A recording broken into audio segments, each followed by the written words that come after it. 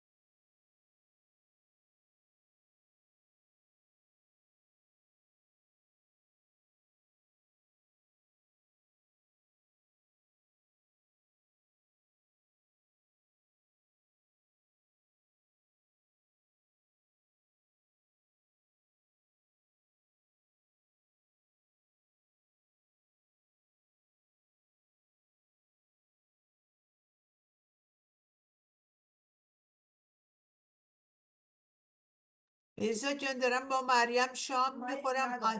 I love you. I know مایک نداره ماما، ولی گوش میفهمه که. فدات شم، عکست بی نظیره.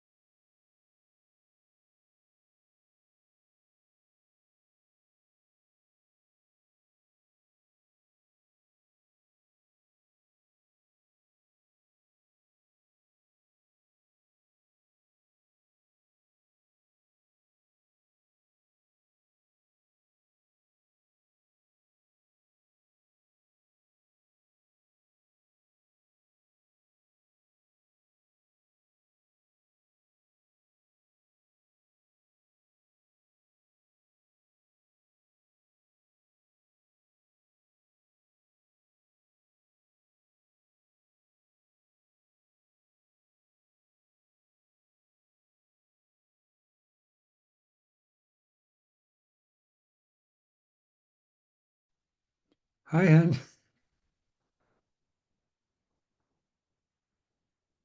We're chatting on Firuz's website or Zoom link. Can you hear me?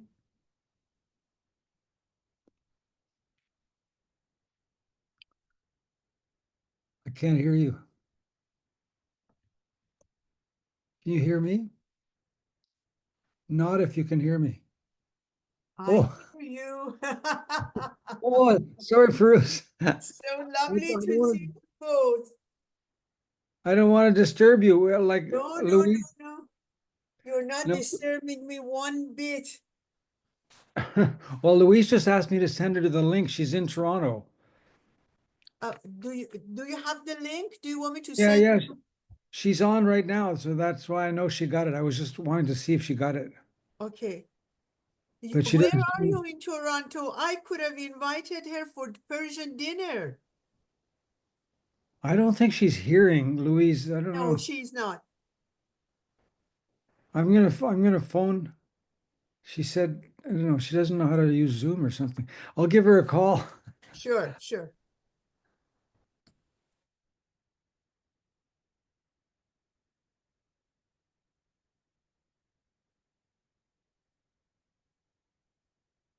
بیا ببین من قشنگم.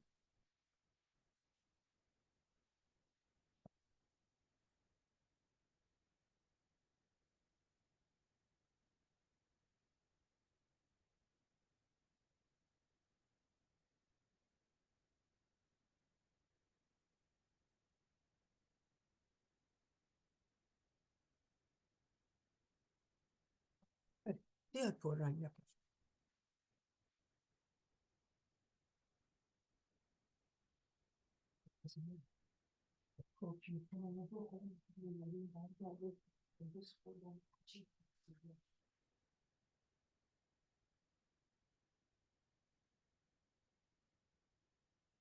I really enjoyed the time that you were here. Very much so. Yeah.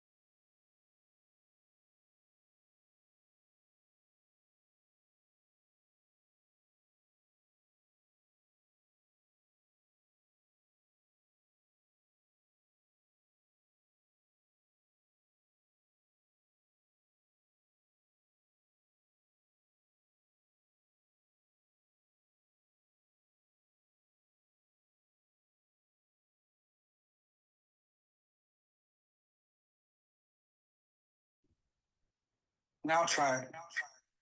Okay. No, it's not working. Yeah, you're on now. Okay, great. I'm gonna mute now. Okay. Wait, Firuz is gonna say hi to you. Hi, Firuz. If you're in Toronto, let me know. I can take you to one of the best Persian restaurants. Let me know. Okay, Okay? definitely. Promise? Okay, I Okay. promise. I Okay. promise. Okay, I look forward to this evening. Thank you. Thank you so Okay. much. I know you're busy. We'll mute now and Yeah. turn on video. Yes. Yes.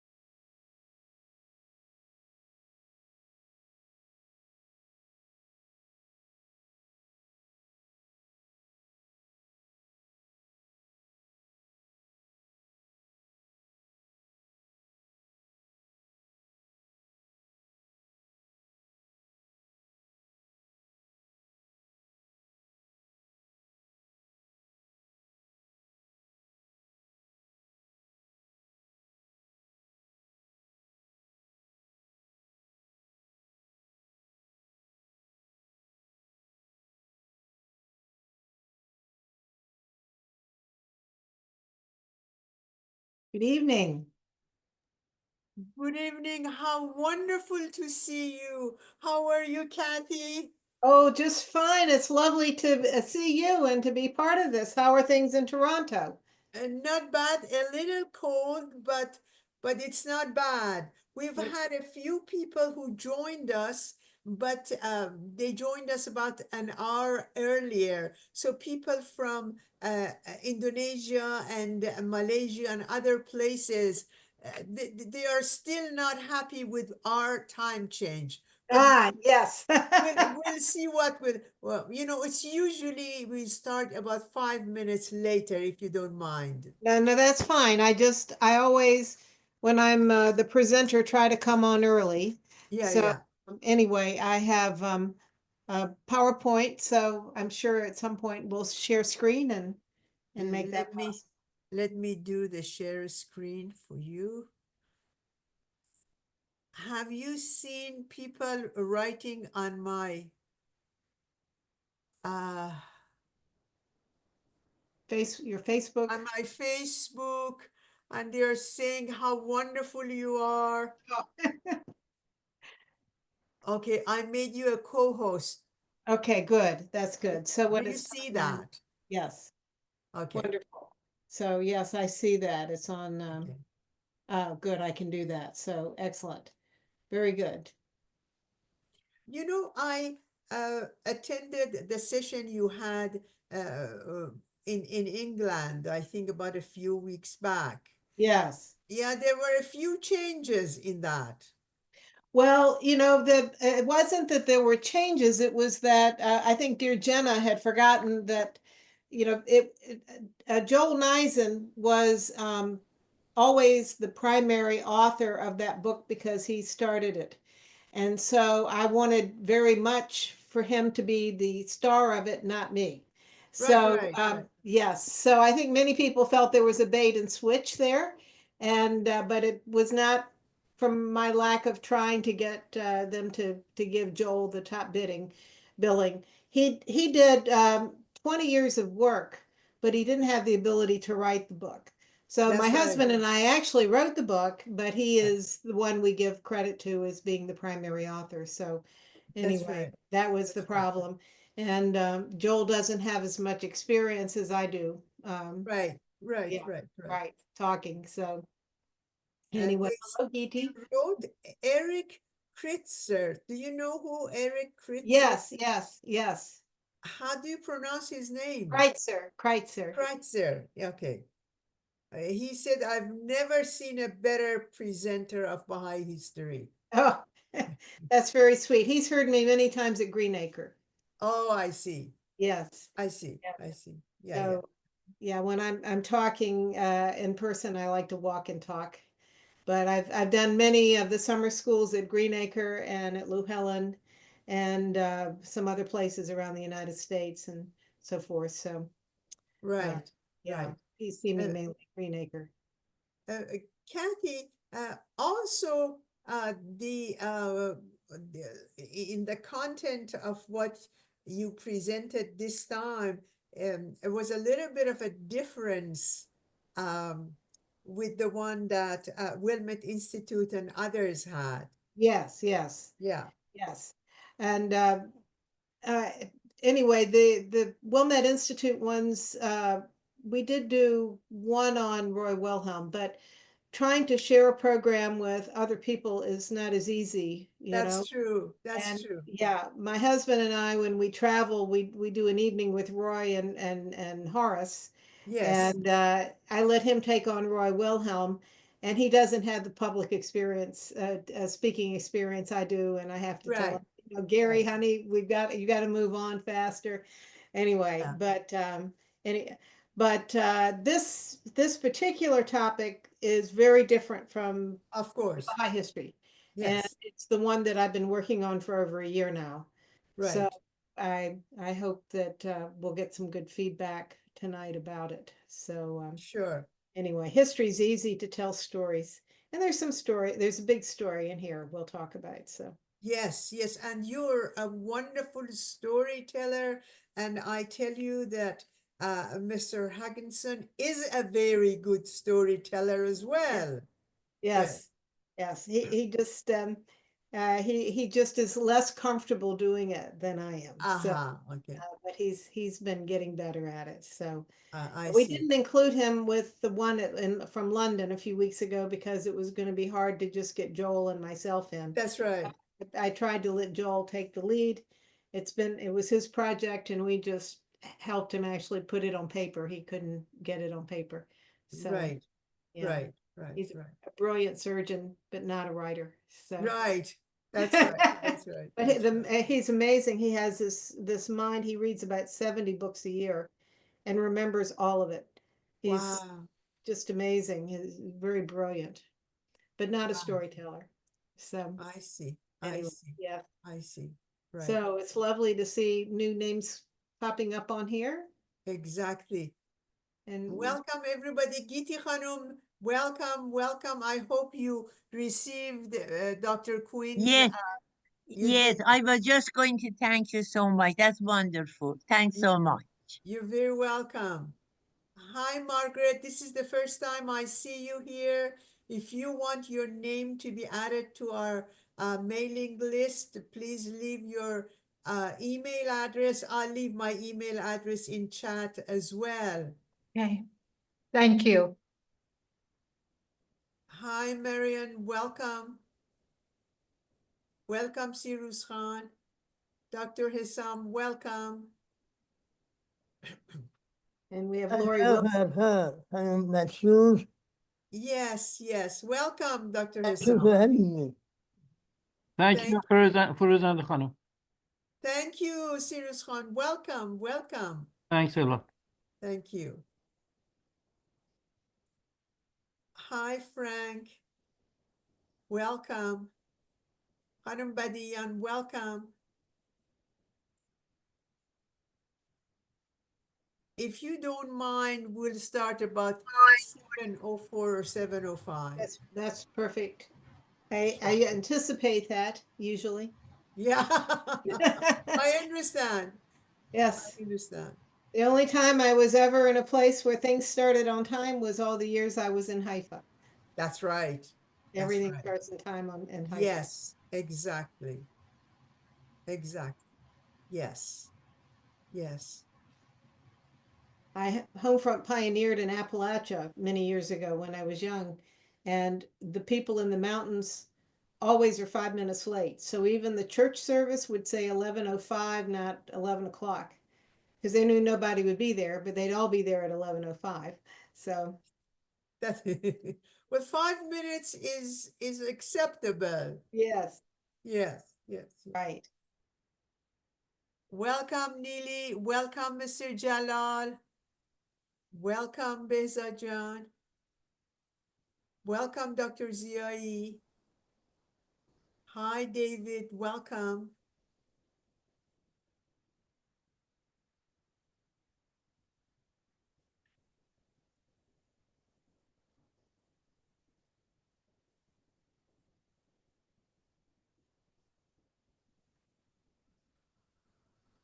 Hi, Susan. Welcome.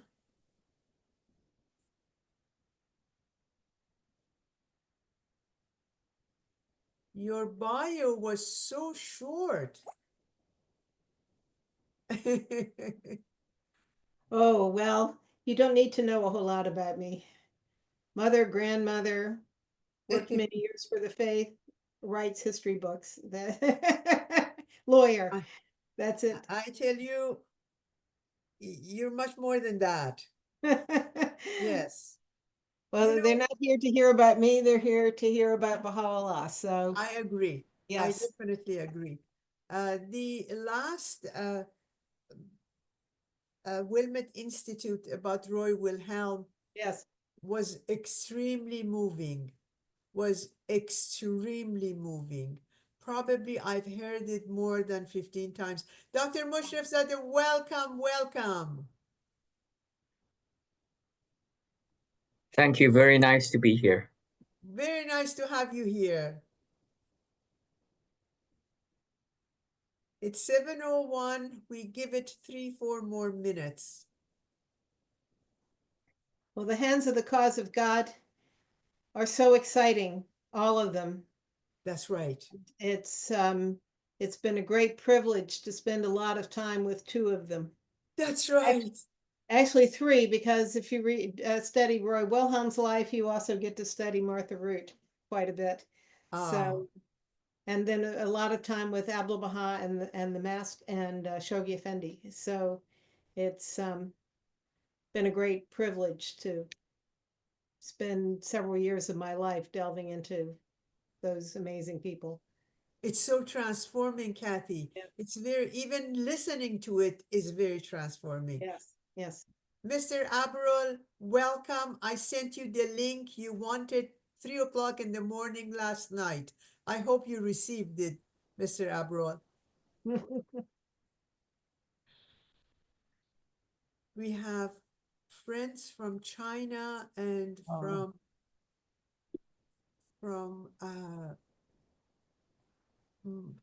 Malaysia, and they usually start with a prayer. I don't see them here. Miss Singh, welcome. Thank Louis, you. Thank you. would you like to say a prayer? Hmm. In whichever Uh, language you wish. I'll try. Okay, Okay. thank you. Louis, Yes, good evening. good evening. Would it be possible for you to say a prayer in the yeah, in any in my language? Yeah, in indigenous language? yes, please. Yes. Sure, I'd love to do that. Thank you. Josh Wilson, thank you for joining us after 3 years. Oh, wow. How are you? I'm very well. Don't you think that we don't know that you're absent? We put absent in front of your name all the time.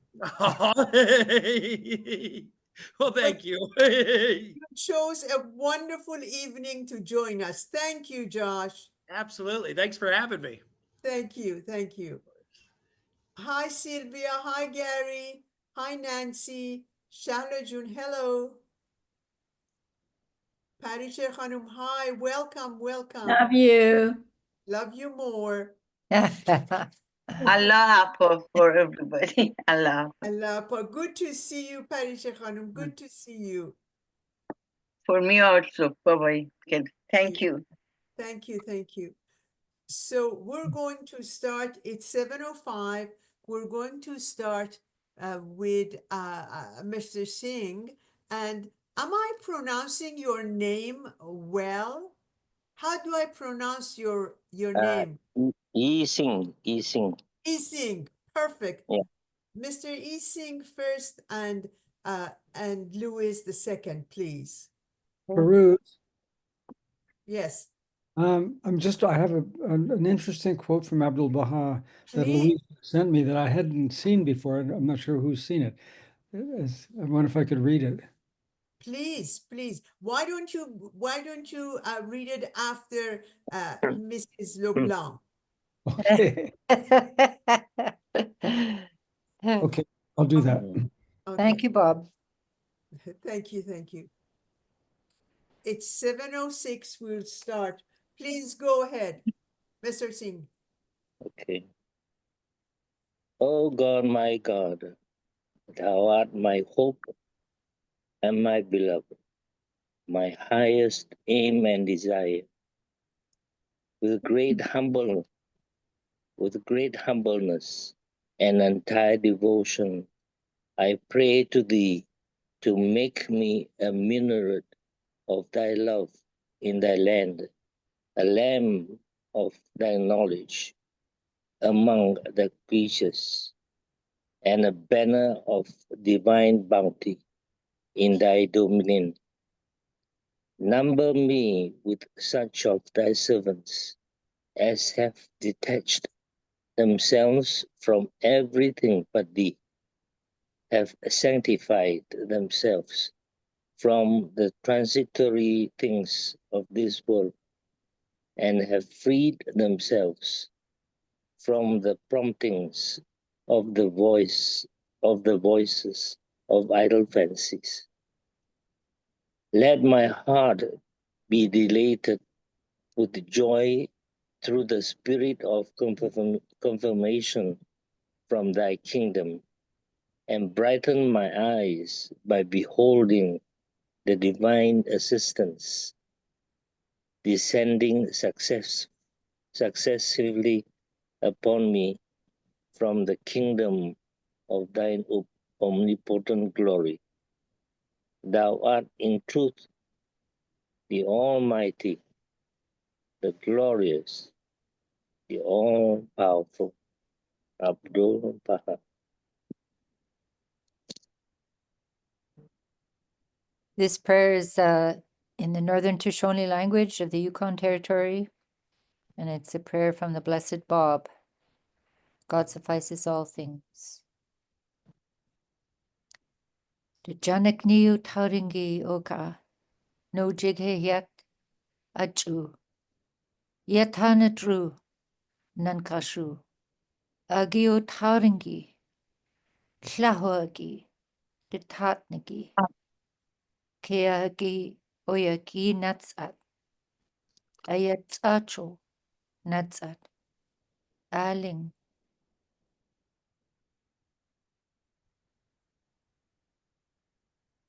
And this is a quote that Louise just sent me today. I'd never read before from Abdul Baha. I'm just going to put it in the chat if you want to read along. Although it's not going in for some reason. Anyhow, I'll just read it. It says, "The darkness of this gloomy night shall pass away. Again, the sun of reality will dawn from the horizon of the hearts. Have patience. Wait, but do not sit idle. Work while you are waiting. Smile while you are wearied with monotony. Be firm with everything around you. Be firm while everything around you is being shaken. Be joyous while the ugly face of despair grins at you. Speak aloud while the malevolent forces of the netherworld try to crush your mind. Be valiant and courageous while men all around you are cringing with fear and cowardice. Do not yield to the overwhelming power of tyranny and despotism. Serve the cause of democracy and freedom. Continue your journey to the end. The bright day is coming. The nucleus of the new race is forming. The harbinger of the new ideals of international justice is appearing. The trees of hope will become verdant. The copper of scorn and derision will be transmuted into the gold of honor and praise. The arid desert of ignorance will be transformed into the luxuriant garden of knowledge. The threatening clouds shall be dispelled, and the stars of faith and charity will again twinkle in the clear heaven of human consciousness."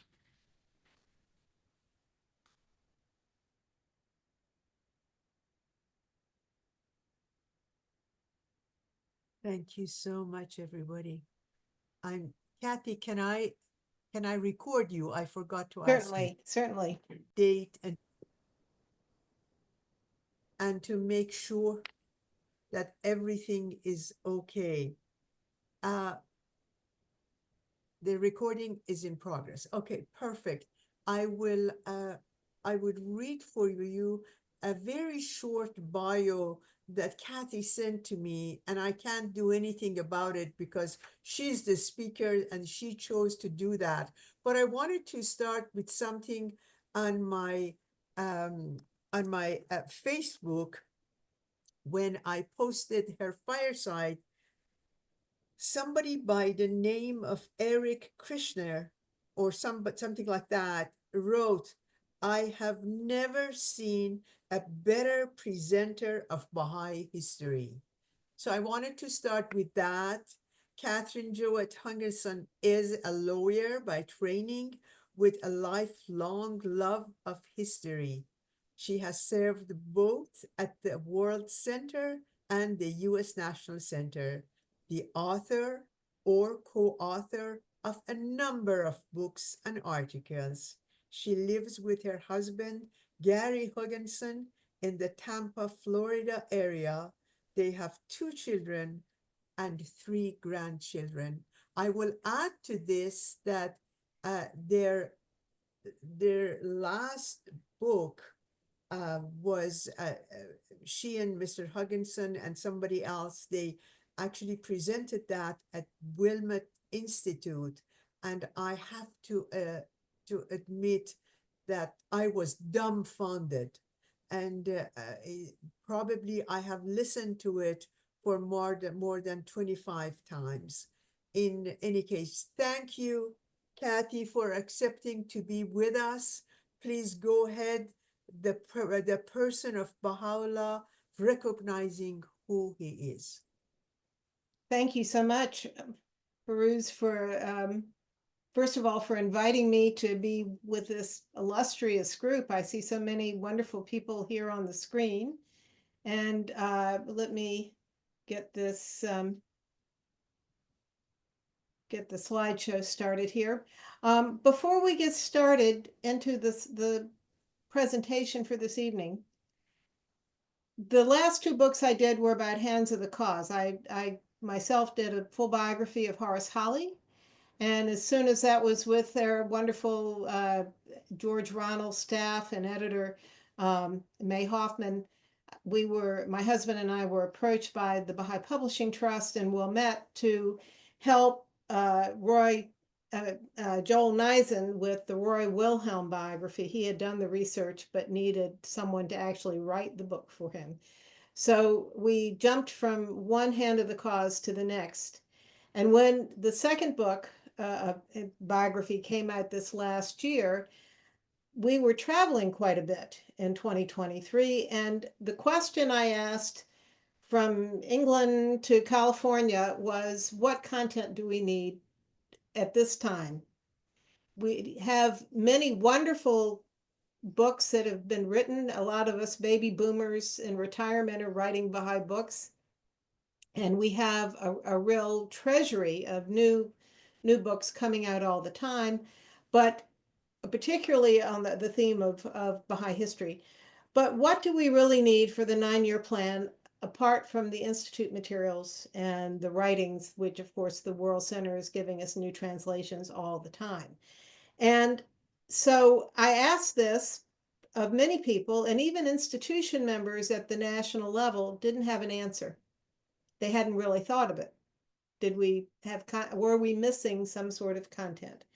So I myself got home and went through all of the 9-year plan letters over again and started to look very carefully at what the House of Justice was asking us to do during this period, and realized that the House is specifically asking us to talk to more people about the faith, to start ramping up our teaching, and to really pay more attention to trying to bring souls into the faith. And they didn't say just talk about the faith in general. They said take part in meaningful conversations which awaken interest in the vision of the faith and the person of Baha'u'llah.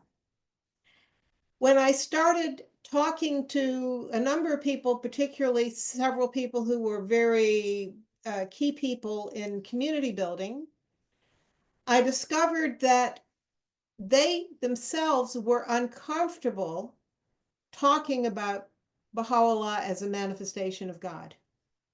And in fact, one large city's assembly member said that in some of their community building activities, as soon as they started talking about Baha'u'llah as a manifestation of God, many people dropped away from that had been participating from the wider community.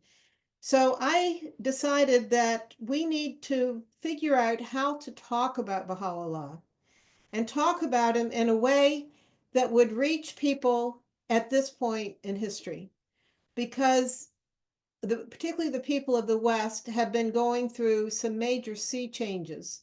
The pandemic is part of that. The advent of the internet is part of that. The many other cultural changes in morality, changes in how we perceive religion, are all part of that. So I have been trying to think of how we can introduce Baha'u'llah and help the average person to better understand what a messenger of God is. Who are these rarefied people that we pull out of history and treat in a different way? Buddha, Zoroaster, Moses, Abraham, Krishna, Confucius. We're not quite sure who Confucius is. Jesus, Muhammad.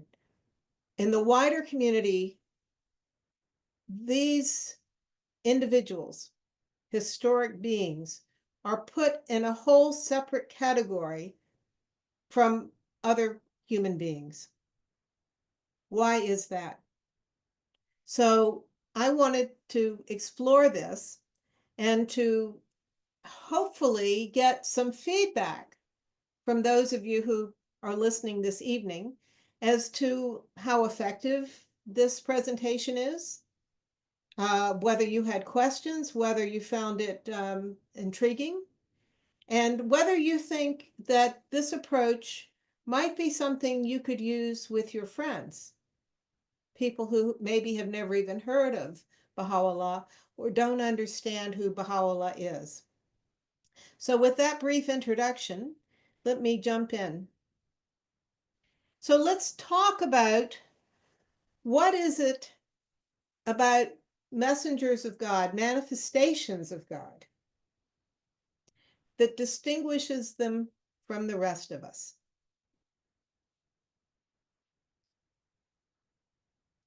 So one of the first duties Baha'u'llah has given us is to investigate reality. What does it mean to investigate reality? It means that man must forget all hearsay and examine truth himself, for he does not know whether statements he hears are in accordance with reality or not. Wherever he finds truth or reality, he must hold to it, forsaking, discarding all else. For outside of reality, there is naught but superstition and imagination. And this, of course, these are words of Abdu'l-Baha from when he was in the US and Canada. So the first thing that we need to do is to help those around us who do not know anything about Baha'u'llah to understand his reality and to help them have facts.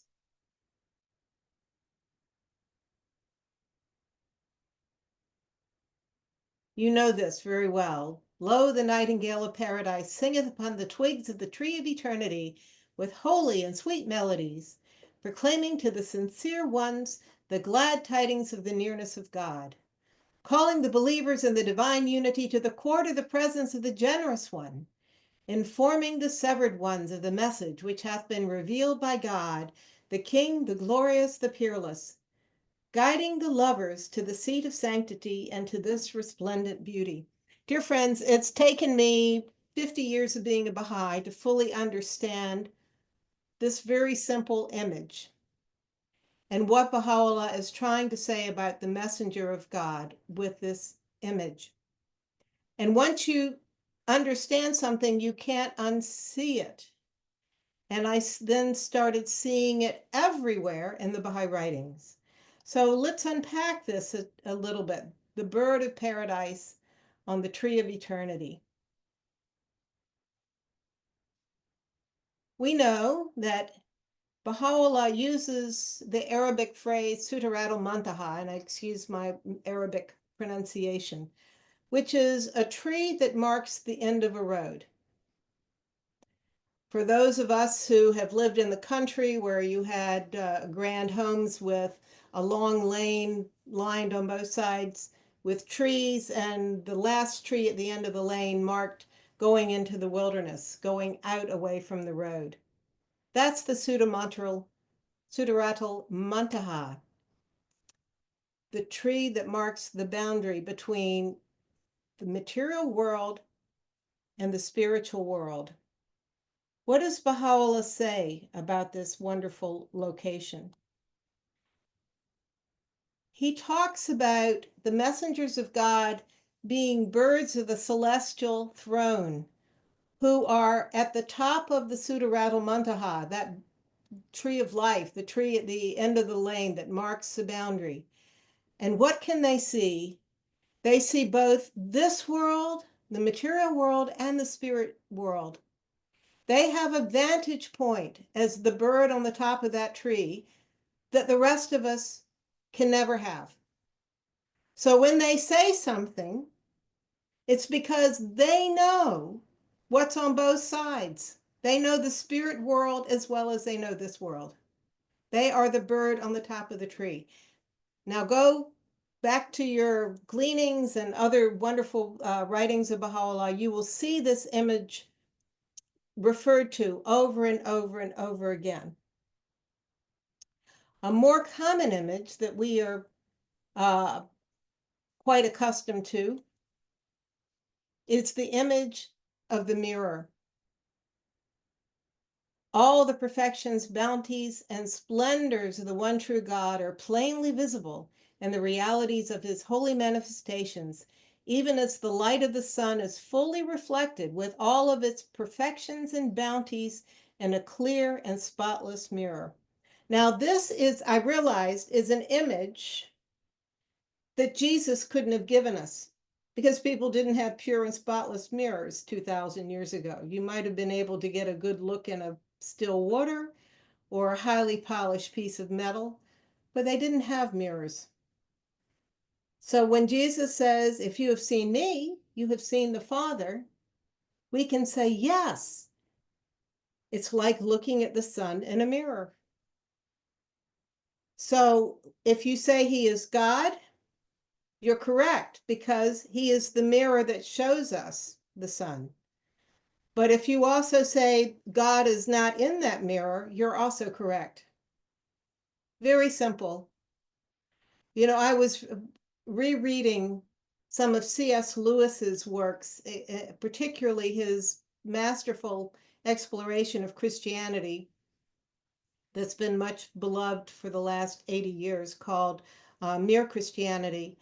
And it goes along beautifully until he gets to the last part of the book where he's trying to explain the Trinity and the Holy Spirit and Jesus's relationship to God.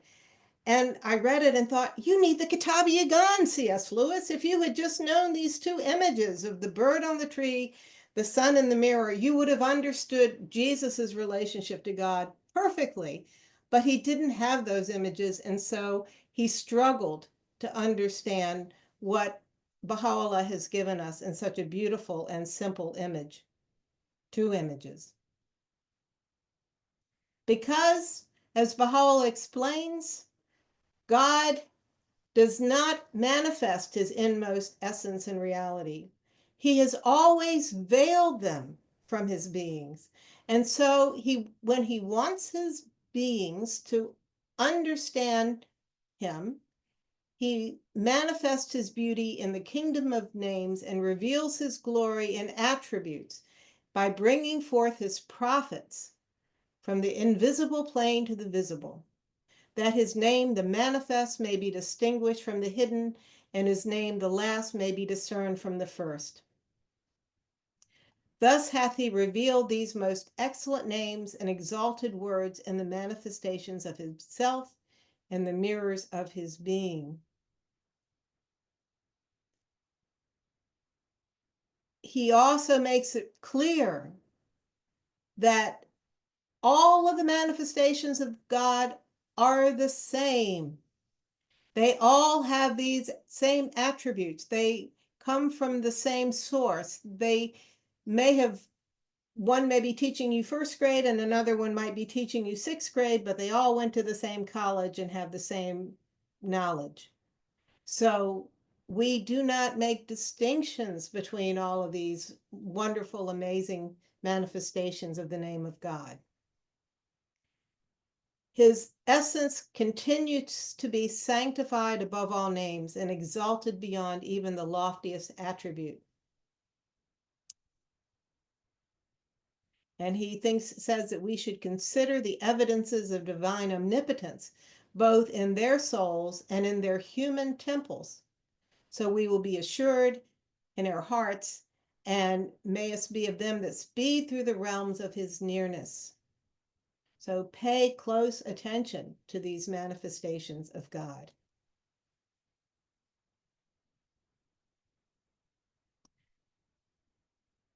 It always begins with a baby. God, it's like finding the needle in a haystack. Every so often, he sends a new manifestation who comes as a baby.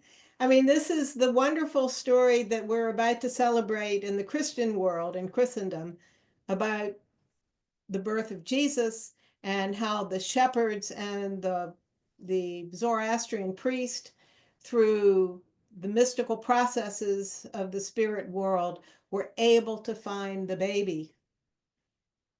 They all start off as normal human beings, or they look like normal human beings. And this is one of our tests. How do we know who they are? I love this spot. In the 18 years we lived in the Holy Land, we went to this spot on the Sea of Galilee many times. You see a couple of kids playing there. It's a waterfall.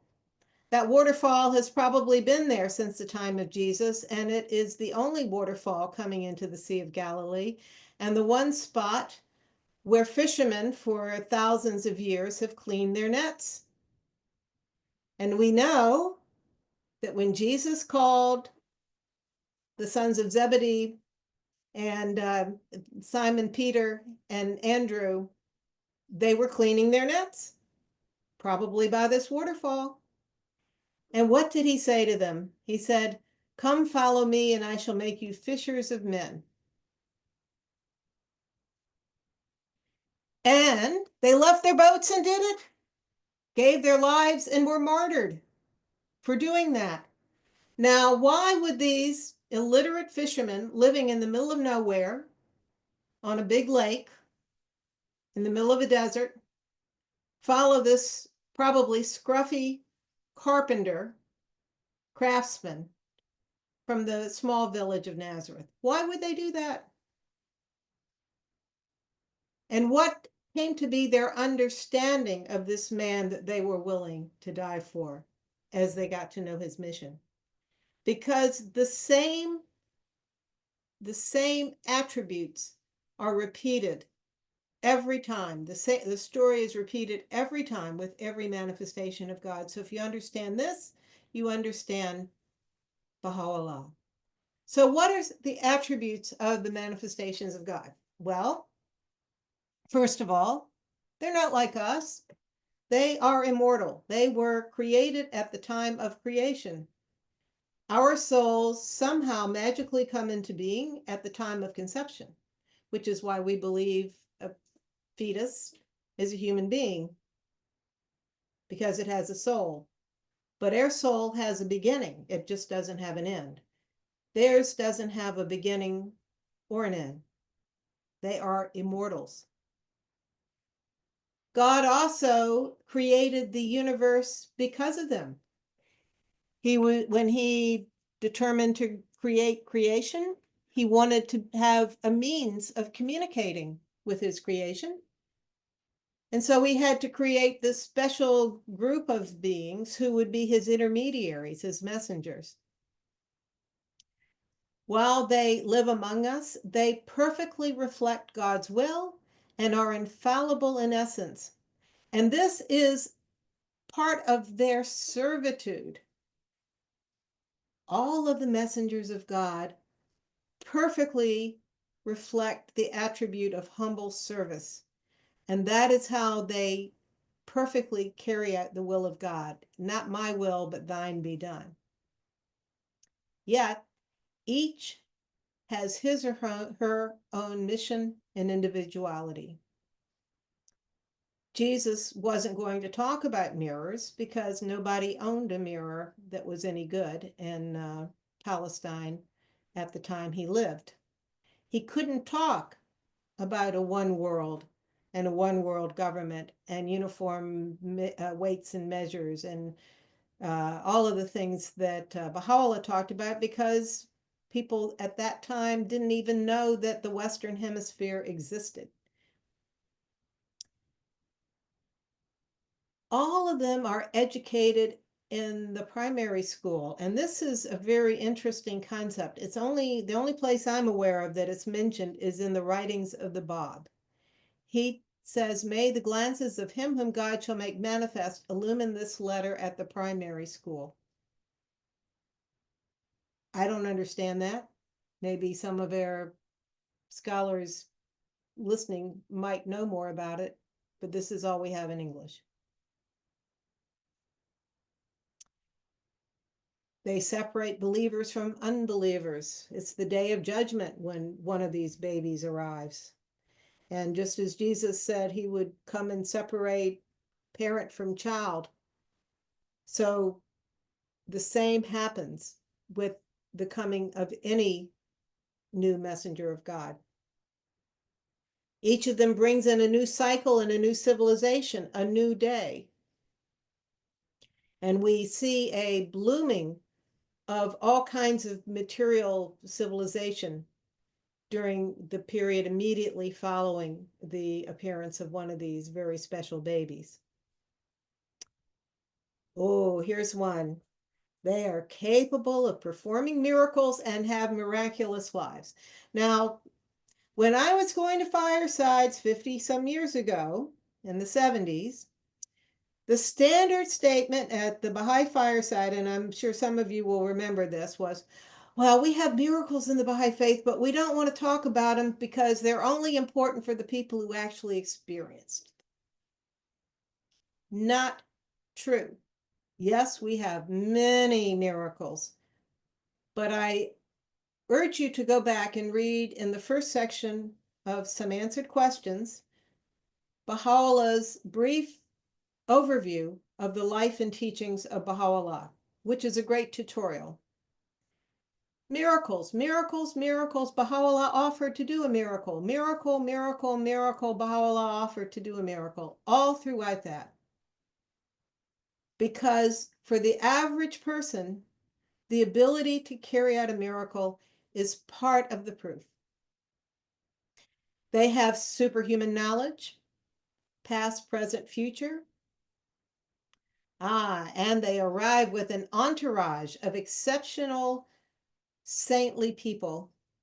No, Abdu'l-Baha actually said that Asiya Kanun, Nawab, was created by God specifically for Baha'u'llah. We know every time a messenger of God comes, so do a group of exceptional people. Their teachings are revealed in an elevated manner, which is why you can get 70 different meanings out of their teachings, each one of them.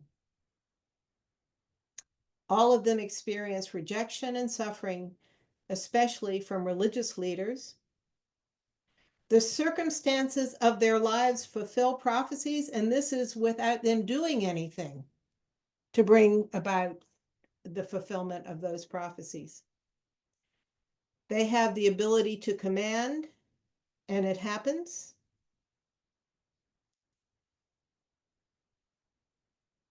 So Baha'u'llah says, "From them hath all creation proceeded, and unto them shall return all that hath been mentioned." Baha'u'llah gives them the ability to be the divine physicians and to prescribe what is needed for the time when they are there to fulfill their mission here on earth. Now, there are different kinds of manifestations. The first are independent manifestations endowed with constancy. And he says that the prophets endowed with constancy, whose loftiness and glory shine as the sun, were each honored with a book which all have seen, and the verses of which have been duly ascertained. But then we also have follower prophets who are like the moon to the sun of the independent prophets. These would be a lot of the Old Testament prophets, Elijah and so forth. Apparently, according to, I haven't seen it, but I've heard authoritatively that Rumi is considered a moon to Muhammad's sun. So these secondary people who help sort of boost the faith, particularly after the passing of a manifestation. So prophets endowed with constancy bring a holy book. But then we have an extremely rare and special kind of manifestation. This truly is a revelation which revealeth itself only once every 500,000 years. And Abdu'l-Baha says that we are in the cycle which began with Adam and whose universal manifestation is Baha'u'llah. Friends, I don't begin to understand what is meant by a universal or supreme manifestation. But Baha'u'llah is the only one we're going to have in the 500,000 year period between Adam and the end of this cycle of 500,000 years. All of the other ones are under his shadow, these independent manifestations. This is a tiny glimmer of how important Baha'u'llah is.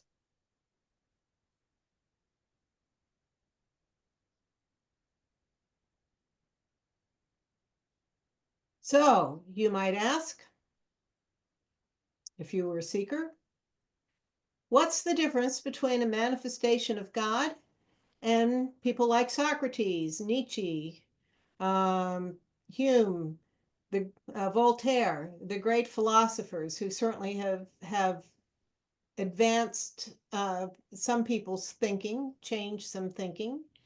And Abdu'l-Baha answers that. He says that the prophets of God are the first educators. They bestow universal education upon man and cause him to rise from the lowest levels of savagery to the highest pinnacles of spiritual development. It's like they bring a big burst of spiritual energy into the world. The philosophers are educators, but along the lines of intellectual training. They educate themselves and maybe a limited number of other people. Maybe they improve their own morals and civilize themselves, but they cannot bring about universal education. And they don't really advance civilization from savagery to a golden age. Nobody is going to die for Socrates or Voltaire, at least not that I'm aware of. Maybe for Karl Marx, but they will not die for most philosophers. But to this day, we have people willing to die for Jesus and Moses and Zoroaster and Buddha.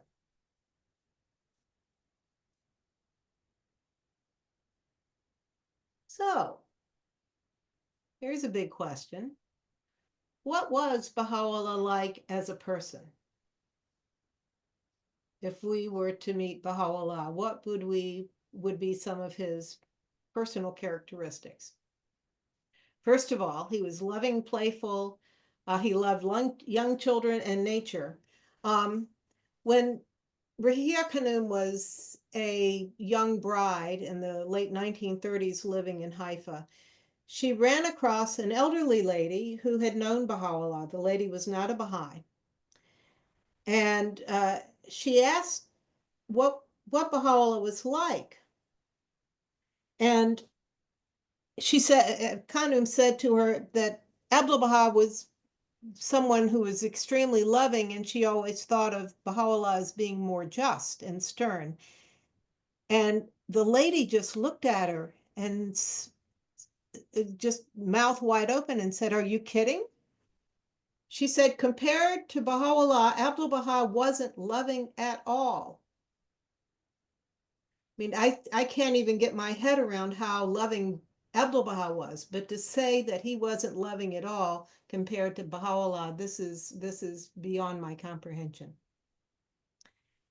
It's very, very clear. He makes it very clear that he had no formal education and he didn't spend time with scholars. His dad invited big muckety mucks from the government over, local leaders, but not scholars. So he was not exposed to education in that respect. He came from wealth and status. He cared for everyone and became known as the father of the poor while living in Tehran. He and his wife, Asiya Khanum, would minister to the poor of that city and were known for it. He was very unusual as a child. We don't know enough about that. I hope out of Iran we'll get more information about that. He had exceptional knowledge, wisdom, and intelligence. He was very humble, extremely capable, and had many life skills. He was a fabulous horseman. He could cook, he could do amazing calligraphy, and many other skills. He had a very keen sense of humor. When you're reading some of his writings, all of a sudden it will hit you that he's being funny. He was never drawn to worldly pursuits, attainments, or possessions. And then perhaps because I'm very small, one of my favorite attributes of Baha'u'llah is he was very small of stature. He was a little person.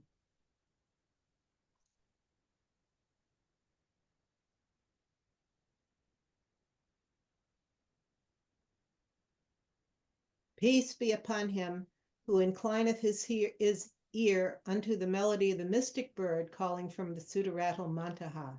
So let's hear more from that bird. Baha'u'llah himself has given us what he considered the mightiest testimony and most perfect and conclusive evidence of the truth of his revelation. And I didn't know this until it's from God Passes By. It's one of those many things in there that it's easy to miss when you're reading God Passes By. It's his time in Kurdistan. Now, if you're like me, most of the time I've been a Baha'i, I just thought, well, Baha'u'llah had to get away from the Babis. And so he went off and lived in a cave for 2 years until he was finally summoned home.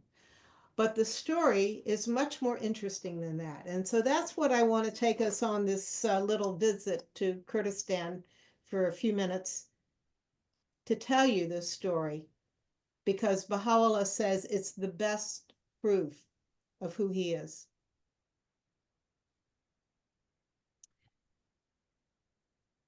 When Baha'u'llah was exiled to Baghdad,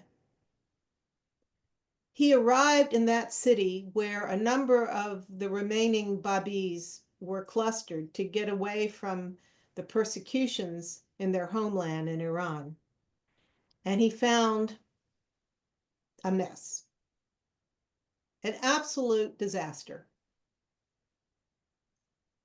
We remember that every dispensation of a messenger of God goes through a cycle like the seasons: spring, summer, fall, winter. The Bab's dispensation was very short. And so already by the time Baha'u'llah was banished to Baghdad, the Baha'i Faith had really entered its fall and was moving toward its winter. The Babis had fallen away from the high teachings of the Bab, forgotten many of them, and were misbehaving. Yes, Pina, do you need? Make Milo. You drink Milo, then all. Friends, could you mute yourselves? I can't find you. Pina, Pina? thank you, Pina, thank you. Thank So they were behaving so badly, the Babis there in Baghdad, some of them, not all of them, obviously, some of them were still angelic, but there were others who were behaving so badly, it was making Baha'u'llah physically ill. So finally, he decides to leave. He's got a wife and young children there, brothers, including his brother Mirza Musa, who he knew he could count on to watch his family. And so one morning in April of 1854, the household wakes up and Baha'u'llah is gone. He had not left a note or anything else indicating what he was planning to do, as far as we know. He had dressed himself like a dervish with a kashkul, a begging bowl. And if you've been to the archives at the World Center, you've had the opportunity to see that very kashkul that you see this man is carrying in this illustration. Took one change of clothing and brought along an Arab attendant who was, I don't believe, a Baha'i, but very much admired Baha'u'llah, Abu Kazim from Hamadan in Iran. And so the two headed north from Baghdad into a wilderness area of Kurdistan where there was a mountain called Sargalu. Now this mountain was 3 days' walk from the closest farm. Even the residents in that region hardly ever went to this mountain. And if they did, they would only go at the beginning of planting time and then at harvest time, and maybe bring their flocks there briefly. But it was very remote and extremely unpopulated. There he took up residence in a cave and occasionally would stay in the rude huts that had been put up by local farmers for the occasions when they did go to the area and needed to get out of the weather. His attendant would help provide provisions by going into towns and purchasing what he needed. He had one change of clothes and many times went hungry, slept on the ground, ate basically rice and milk, which he turned into a pudding, rice pudding. And that was pretty much his existence. He said that his torment and his loneliness were intense because he was leaving behind an absolutely dreadful situation. He already knew who he was from his visit from the Maid of Heaven and the Siachal. And so, in addition to grieving while he's there on that mountain, he also extols God and reveals poetry and verses, Holy Writ, without ever writing any of it down. So we only know what he later reported that he would say during this period at Sargalu. He talked about the sufferings of the manifestations of God. He recounted what had happened and what would happen with his ministry. All of this is his soul on fire. Every once in a while, he would make the trek himself from Sargalu to the little town of Suleymaniye, which was 25 miles away.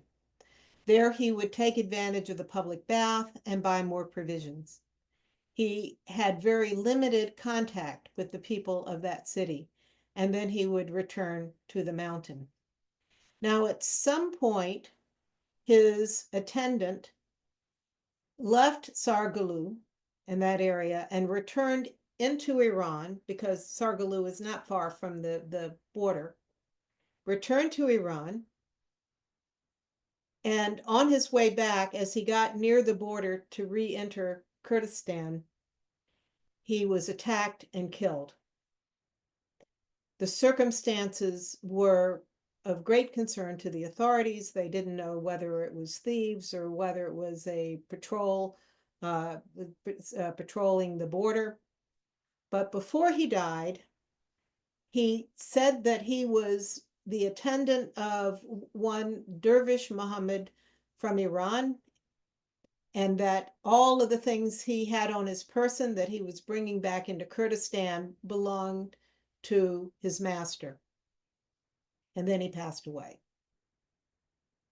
So Baha'u'llah is now very much alone on the mountain until one day a distinguished man from Sulaymaniyah arrives at the cave. He was a leader of one of the Sufi orders, a very prominent person in Sulaymaniyah, and he had had a dream.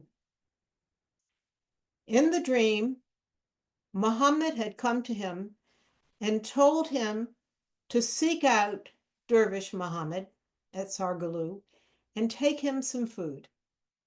So he arrived, found Baha'u'llah, and discovered what an amazing person Baha'u'llah was. So he returned a number of times and began to entreat Baha'u'llah to remove his residence from the mountain to Sulaymaniyah. This is, to me, very reminiscent of the Letters of the Living seeking out the Bab through dreams and other mystical intonations. So we also have this wonderful story that we like to tell in Baha'i children's classes, which is probably half myth and half truth. Apparently, when Baha'u'llah was on one of his visits to the Sulaymaniyah area, he encountered a young man who was noticeably upset. He was a student at the renowned seminary there in Sulaymaniyah and was supposed to work on his calligraphy, and he didn't have a writing sample. His teacher, for some reason, had not given him one, although the other students all had theirs. So Baha'u'llah asked him for some paper and a pen, and then he created a writing sample for the young man. When the young man went back to the school, showed the amazing calligraphy of Baha'u'llah,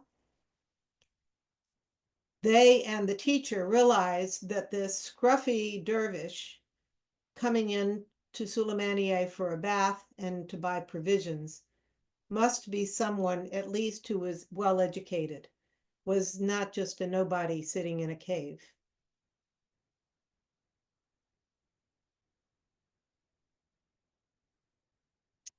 Here's a more modern picture of Sulaymaniyah from the 1940s.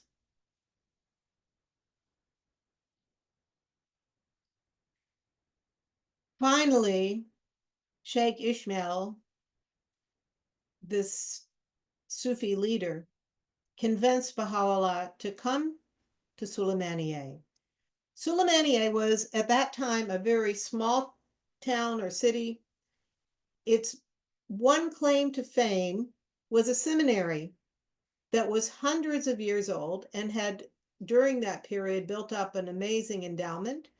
It was very renowned for its theological teachings, and particularly for Sufis and more mystical Sunni Islamic scholars. It was one of the patrons of that seminary was the Sultan of Turkey himself, who also, of course, was the caliph. So this particular school had a stellar and very long reputation going back literally hundreds of years. Baha'u'llah was invited to take up a room there at the school, at the mosque, which was, of course, connected to the mosque. And very quickly, the students and teachers began to come to Baha'u'llah and ask him to explain things because he was exceptionally wise. And they had also seen a second example of his calligraphy. So they knew that there was something odd and wonderful about him. And his answers to their questions was beyond compare. They were blown away. And so they brought to him a very important Sunni mystical work that was very well known in Sunni Islam. And they asked if he would give commentary on that. And he said, well, I've never studied it. I'm unfamiliar with it. And in fact, by the way, I don't really know Arabic, but okay, God will help me do this. So please fire away with your questions. So every day they would read him a page of this amazing multi-volume text, and then he would comment on it. And not only comment in a way that they had never thought of, that showed a very great depth of understanding of this mystical spiritual work, but he would get into the mind of the author and even correct some of the theology within the work and explain that the author said this, but this is the true nature of the subject. They were just dumbfounded, absolutely dumbfounded.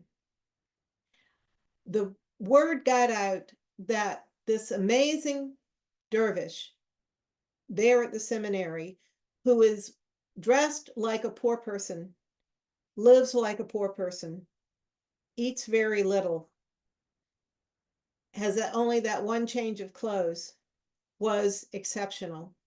People from all over, all walks of life, sought him out and would listen to him and ask him questions.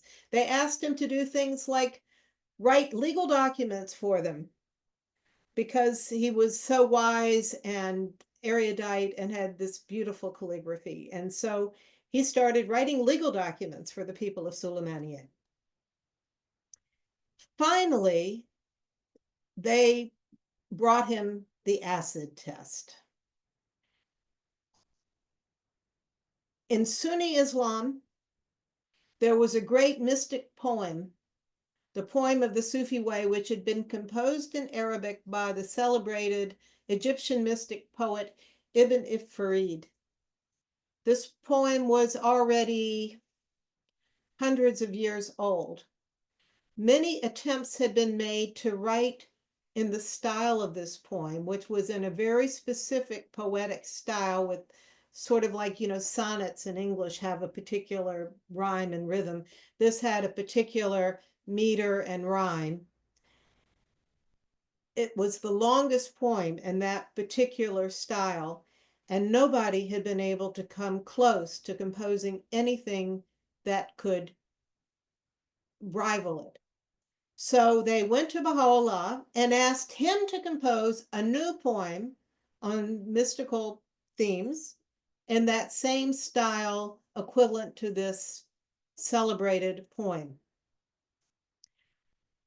Not only did Baha'u'llah dictate, notice I use the word dictate, not write. He dictated a poem. The poem was 3 times longer than the original poem. It was 2,000 couplets. It perfectly followed the form of the original poem, but was much deeper in its spiritual understanding than the earlier poem. All of the people who looked at that poem, called Ode of the Dove, were blown away. They couldn't believe a human being could write such a thing. Not write it, dictate it. It wasn't like he sat down and let's change this word and let's correct this and I'll write this part today and tomorrow. It just flowed out of him. They knew this was extraordinary, that he was extraordinary. And the thought started to enter a number of minds there in Kurdistan that perhaps Baha'u'llah was a prophet, a fulfiller of prophecies from that region. Now, Baha'u'llah said that of the 2,000 verses, only 127 of them could be copied and retained because mankind wasn't ready for the rest of the poem. So we have that 127 verses. A few of them are in God Passes By, but that poem has recently been translated into English and is available on the internet. Dr. John Hatcher and the Heminip brothers did the translation. This poem is today in Sunni Islamic circles still read and revered as one of the great pieces of literature ever to come out in the Arabic language. It was a miracle, an absolute miracle.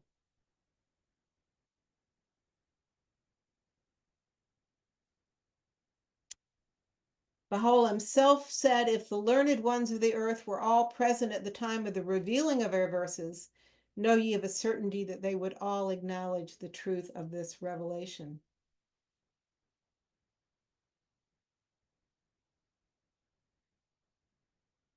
Baha'u'llah says that when we encounter one who layeth claim to a cause from God, who holdeth from his Lord a testimony beyond the power of men to produce. So Baha'u'llah has brought teachings beyond the power of men to produce. He must needs follow him in all that he pleaseth to proclaim, command, and ordain. Even though he decreed the sea to be land, or to pronounce the earth to be heaven, or that the former lieth above the latter or below it, or to ordain any change or transformation. For he verily is aware of the celestial mysteries, the unseen subtleties, and the ordinances of God. Lo, the nightingale of paradise singeth upon the twigs of the tree of eternity. He doeth whatsoever he willeth, and ordaineth whatsoever he pleaseth. He will not be asked of what he's doing, while we are asked about our deeds. You know, friends, over the years, most of the people that I have encountered who explored the faith, the first thing they want to know is, does it agree with what they already believe? That's the wrong question. The true question is Baha'u'llah the teacher? Does he speak with the voice of God? Is he the bird at the top of the tree who understands celestial mysteries? Then even if he says night is day and black is white, you accept it because you accept his authority. And for we Westerners who don't like to be told what to do, it's why we have rebellions and revolutions every so often. This is not easy.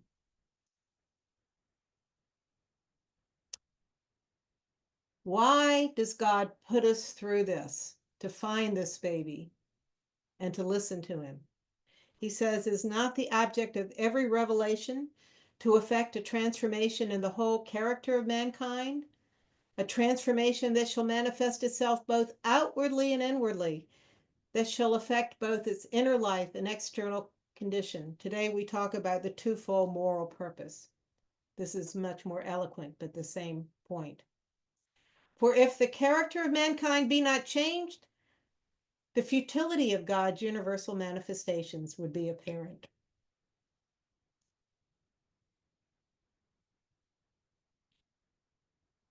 God has the same message over and over again in different ways because he is eternal.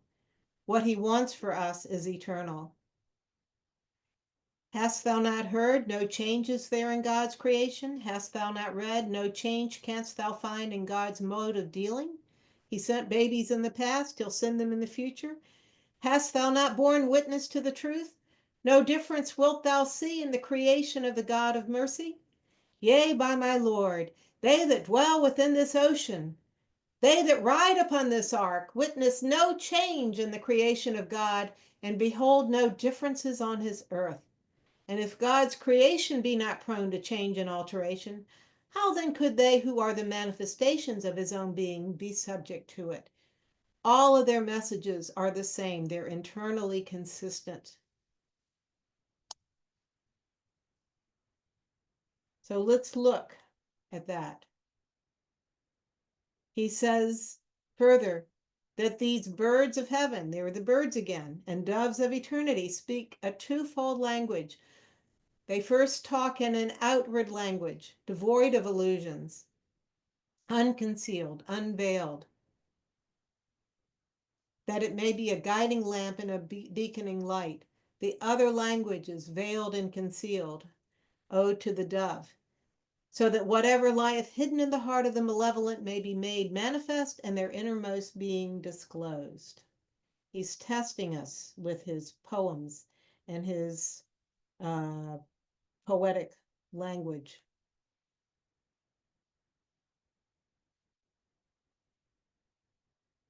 Now let's look at what the book of John has to say about Jesus in light of what we've just talked about.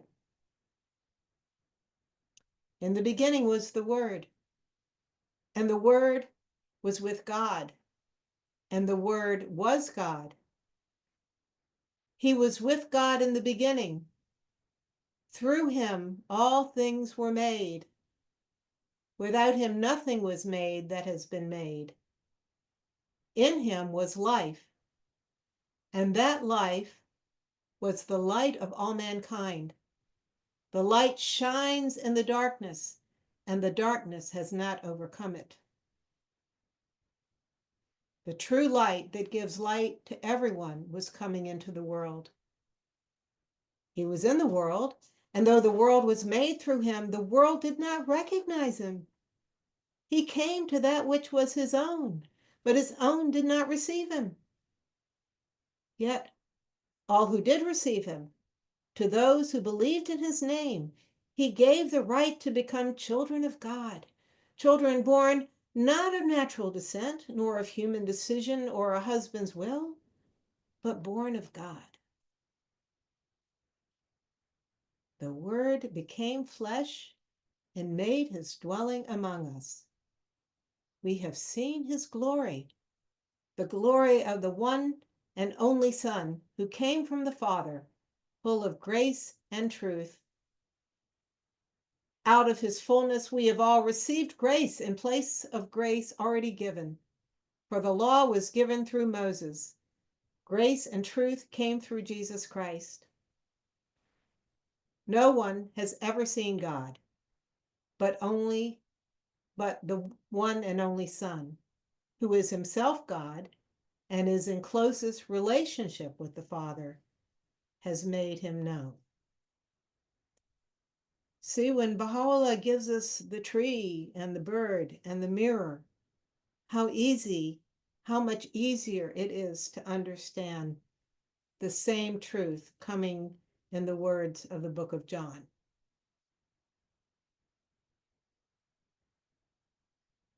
Oh, brother, we should open our eyes, meditate upon his word, and seek the sheltering shadow of the manifestations of God, that perchance we may be warned by the unmistakable counsels of the book, and give heed to the admonitions recorded in the holy tablets, that we may not cavil at the revealer of the verses, that we may resign ourselves wholly to his cause and embrace wholeheartedly his law, that haply we may enter the court of his mercy and dwell upon the shore of his grace.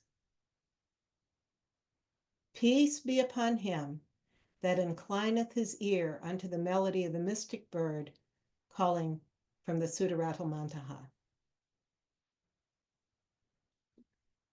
So, dear friends,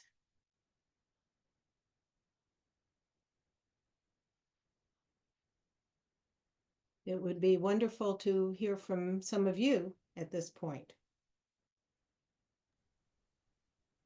Thanks so much, Kathy. Really, really appreciate it. The floor is open. If anyone wishes to ask a question, please go ahead.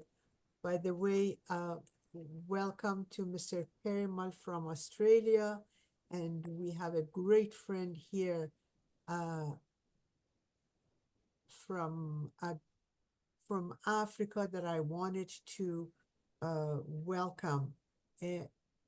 Anyways, please go ahead, friends, if there's any question. Empire, welcome, welcome from Congo. We appreciate it. If you have any question, go for it.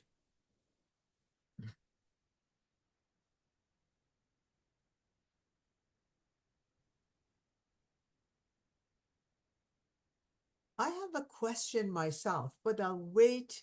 Simi Khanum, would you like to ask a question? That's why. Allah for everyone. Not really. She was so specific and so clear that I'm just, still observing it. And I hope it will help me that tomorrow night I have a devotionals and we have some seekers coming, and hopefully I can present whatever I have learned to them. Thank you very much. I really appreciate you. Thank you. Thank you so much. Jalajun, go for it. Dearest Kathy, it was fantastic.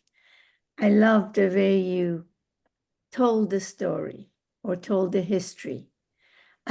This period is very mystical to me. And all the writings are very mystical because, as you know, Baha'u'llah wrote in 4 styles. And to me, I mean, maybe I'm just talking, but the most beautiful writings of Baha'u'llah are his mystical writings. It just lifts you up and takes you to places that usually you don't fully grasp, but you get the kind of a little bit, a dot of that vision when you read it. And it is interesting that it seems there's similar period happened to all the manifestations of God. And I'm wondering if this is kind of a pattern that God has created in their lives. So I'm wondering if it tells us sort of a joint story, or am I just imagining? Well, if you want a much fuller version of this wonderful story of Sulaymaniyah, you can go onto the Clearwater Baha'i website, and Violetta Zane has done a session on this that probably has just about all the information that we know about this period, and her wonderful talk there. But she points out that all of the messengers of God seem to have gone through a period of retreat. But of course, the second half of his time in Kurdistan was not a retreat at all. He was very engaged with the people of Kurdistan, and they adored him. In fact, when Mirza Musa and Abdul Baha sent Sheikh Sultan to find him, and Sheikh Sultan realized how much the people of Sulaymaniyah adored Baha'u'llah, and this is in less than a year, they got to the point that they adored him so much they were beginning to think of him as a prophet. And their prophet, he realized that if it got out he was there to bring him back to Baghdad, that they'd kill him.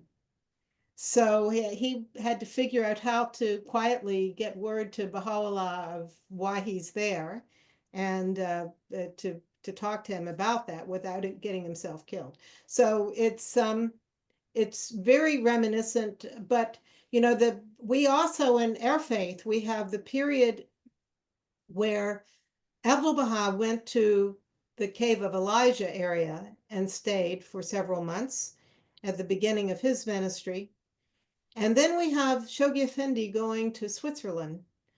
But he says he wrestled with it, fought himself until he conquered himself. Baha'u'llah didn't have to conquer himself. He wasn't, he was a manifestation of God. Obviously, the guardian was not. So there are many, many interesting parallels. But friends, one of the things that I'm finding in my reading of what is captivating to the people of this day, particularly to youth, is there's a yearning for the mystical. In fact, the word now that they're using is enchantment. To see the world with spiritual eyes and to have those mystical experiences. And so I think that we do a great disservice by not talking enough about that and talking more about our social principles and the new world order we're trying to build. because we have to get the hearts first. And even in talking to the editor at BahaiTeachings.org, he said the articles that deal with mystical topics are the ones that get the highest number of readers and shares.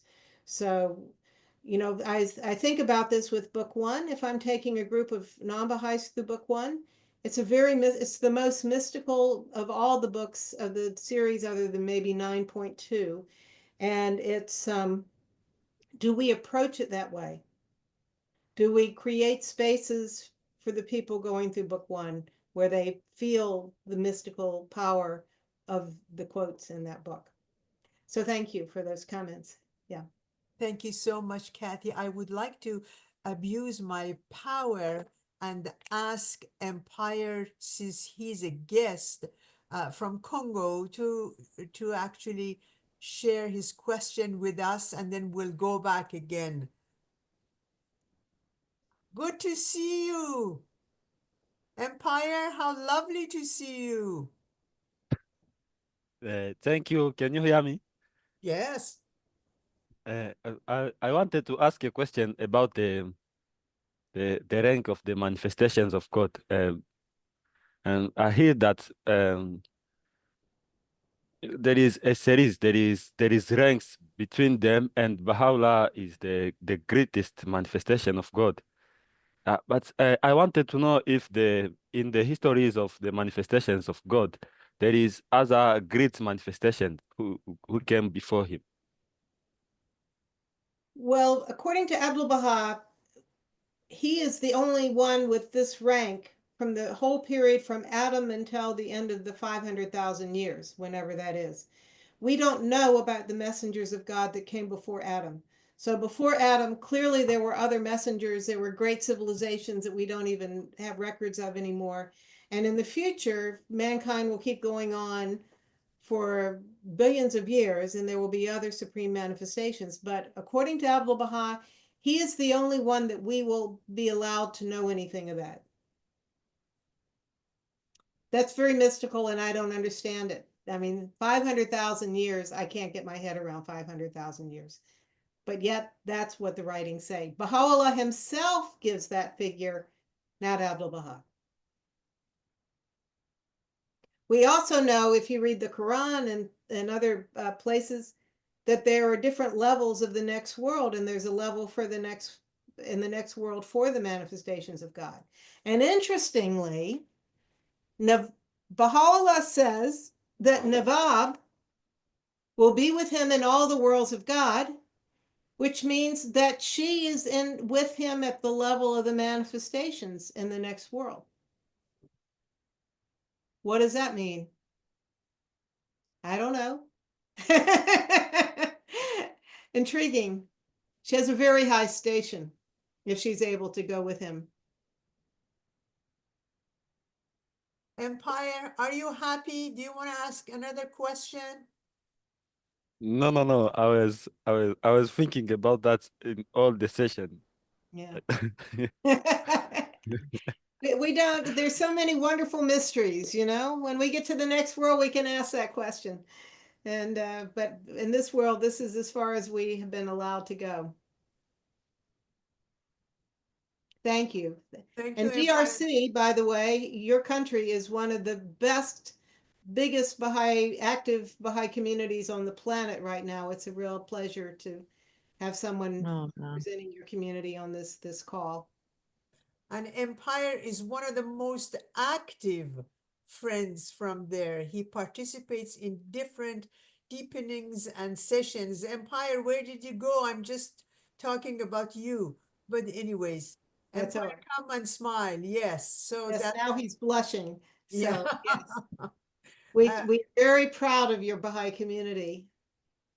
Well, thank you, Kathy. Thank you. Mrs. Shahriyari, you please go ahead. And after that is Giti Khanum. Go ahead, Mrs. Shahriyari. Mine is not a question, so I think others should go first. Okay. I just wanted to thank Kathryn, and she's not only a great speaker, she's an amazing writer. You might have said that in your introduction, which I missed. I have been with Kathryn for the past few weeks, reading her book, and I am amazed in gratitude and praise Thank to Kathryn. You are an amazing writer. Thank you. You really are exceptional. If you haven't read this book, please, dear friends, get a copy and read it. And I enjoyed your presentation very much tonight as well. Thank you so much. Thank you. Thank you, Mrs. Shahriari. Giti Khanum, go for it. Thank you very much. Thank you for the wonderful presentation. Actually, I have two questions, and I'm going to bring them up, and then if you decide, just answer one. We always say that we have three onenesses: one God, one the prophets of God or manifestation of God, and one humanity. When we are dealing with non-Baha'is, we are, in one hand, we are saying that all the manifestation of God, they have the same station, and they have pre-existent soul. It would be hard to say that Baha'u'llah is beyond everyone else. And or the way we say it, we have to be very cautious and very careful, because on one hand, we say that they are all the same, and on another hand, we are saying that Baha'u'llah is exceptional, and we all know that he's a great spirit and all of that. But from practical point of view and the way we relate to other ones, I think is a little difficult and needs a little wisdom. So this is one question. The other one is a practical one. We are in the very beginning of your talk, you mentioned that, you know, in the 9-year plan, we are really supposed to mention the name of Baha'u'llah and to talk about him. At the same time, proselytizing is prohibited in the Baha'i Faith, and we always have to use wisdom. When we present the faith, they just love it, but it seems like many of them, at least the one I have had experience, they do not want to go further. And this is truly a challenge. As much as we want to talk about it, they don't have their ear to hear it. So you have any practical advice? Thank you very much. Thank you, Giti. Jesus said, don't throw your pearls before swine. So if you're not getting a hearing ear, you know, then you have to tailor what you're going to say. I mean, one of the advantages of Anna's presentation in book 6 was that if you don't know what to say, to me, it gave me my elevator pitch. There is one God. He loves us. He wants us to know about him. He's unknowable, but he wants us to know. So periodically he sends messengers to mankind. And that's often as far as I get. But the whole question of talking about Baha'u'llah, we've been asked to talk about Baha'u'llah forever. And if we get rejected or it puts us in an awkward situation, so be it. You know, I mean, this is part of it. We have seen, I worked for many years at the International Teaching Center. And I was the one that looked at all the incoming reports on the plan. And for example, I can tell you that in community after community where their children's classes were Baha'i Light, they didn't mention much of the faith, they only did virtues, it always blew up.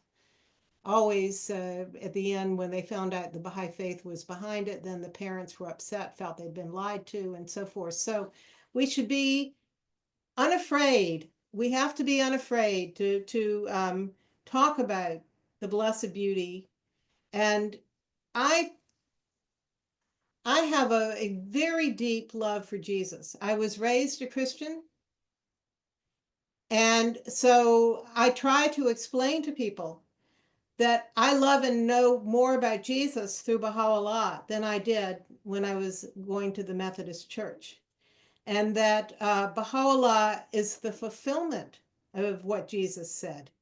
And that Jesus, I believe, is happy that I revere Baha'u'llah because he asked me to wait for Baha'u'llah. He asked me to recognize him when he came. And so I feel that I am fulfilling what Jesus wanted. However, there are two things to know. There are two kinds of people who are not at all very receptive. There are people who don't want there to be a God, and that's a whole nother story. But then there are people who, as one former auxiliary board member used to talk about fire insurance, they wanted to believe that they had the answer and that they were going to heaven. And if you say, oh, wait a minute, the second coming has already happened, you have to know about these other manifestations. And by the way, that includes Muhammad. You shake up their world and their sense of security, and they don't want to go there. So we have to learn to be spiritually in tune with the people we're talking to. And the Guardian told us that we needed, and here's the word he used, master. We must master 3 Baha'i books to be effective teachers. The Kitab-i-Yagan, Some Answered Questions, and Nabil's Narrative. Now, I can assure you, I have not mastered those 3 books by a long shot. But what I have found extremely interesting this last year as I've been going on this journey of reading non-Baha'i literature about religious currents going through Western and especially American society, is that the first section of Some Answered Questions contains everything you need to know to teach most people you're likely to encounter today. So if you can't master all 3 of those books, go back and read the new edition of Some Answered Questions, and particularly pay close attention to the one section where he explains Baha'u'llah. If you can explain it like Abdu'l-Baha did, you will be very capable in talking to most people. Now, Geeti, please remind me what the first part of your question was. My senior moments just come fast and furious these days. No, I was just trying to say that on one hand, we are saying that the station of all the manifestation of God are the same. On the other hand, we are saying that Baha'u'llah has a separate station. Well, I think that it's important to point out that Jesus says he has a separate station from Moses. You know, the first thing that people would ask Jesus is, Rabbani, Rabbani, what should I do? Rabbi, Rabbi, what should I do? And his first response was, well, what did Moses tell you to do? And they would then tell what Moses said, and then he'd say, okay, you do that, and now I give you a new command that you love one another. So he added, he didn't subtract. And I explained to friends that when I went into the 8th grade, I didn't throw away all my earlier teachers. When I got to college, I didn't throw away all my earlier teachers. All of my earlier teachers had all gone to college. They had all had the same teacher training. They had all had algebra, even if they were teaching 1st grade math. And so I love and revere them because they are giving what we need at the time we need it. But Jesus, I often say to them the quote, there are many things I could tell you from Jesus. There are many things I could tell you, but you could not bear them now. But when he who is the Spirit of truth comes, he will make all things plain. That's John 16. So if you quote them that Jesus knew more than he could say, but said that we would get more information. Jesus couldn't talk about newspapers and labor unions. He couldn't talk about a world government. They barely had the Roman Empire. They didn't even know about the Western Hemisphere. There's no way Jesus could have talked about those things. One of the interesting stories in the Roy Wilhelm book, and this came from Abdu'l-Baha. If you know Haifa, you know Hagefen Street the bottom of the terraces. Well, there was a very old olive tree along that street somewhere in the Templar area, and probably in one of their garden areas. Abdu'l-Baha said that Jesus sat under that olive tree. Now, why would Jesus pick that location to sit and contemplate the universe? He undoubtedly knew the future glory of that mountain in the time of Baha'u'llah's dispensation, when he traveled from nearby Nazareth over to what's now Mount Carmel in the Haifa area. So anyway, Roy Wilhelm and Mason Remy and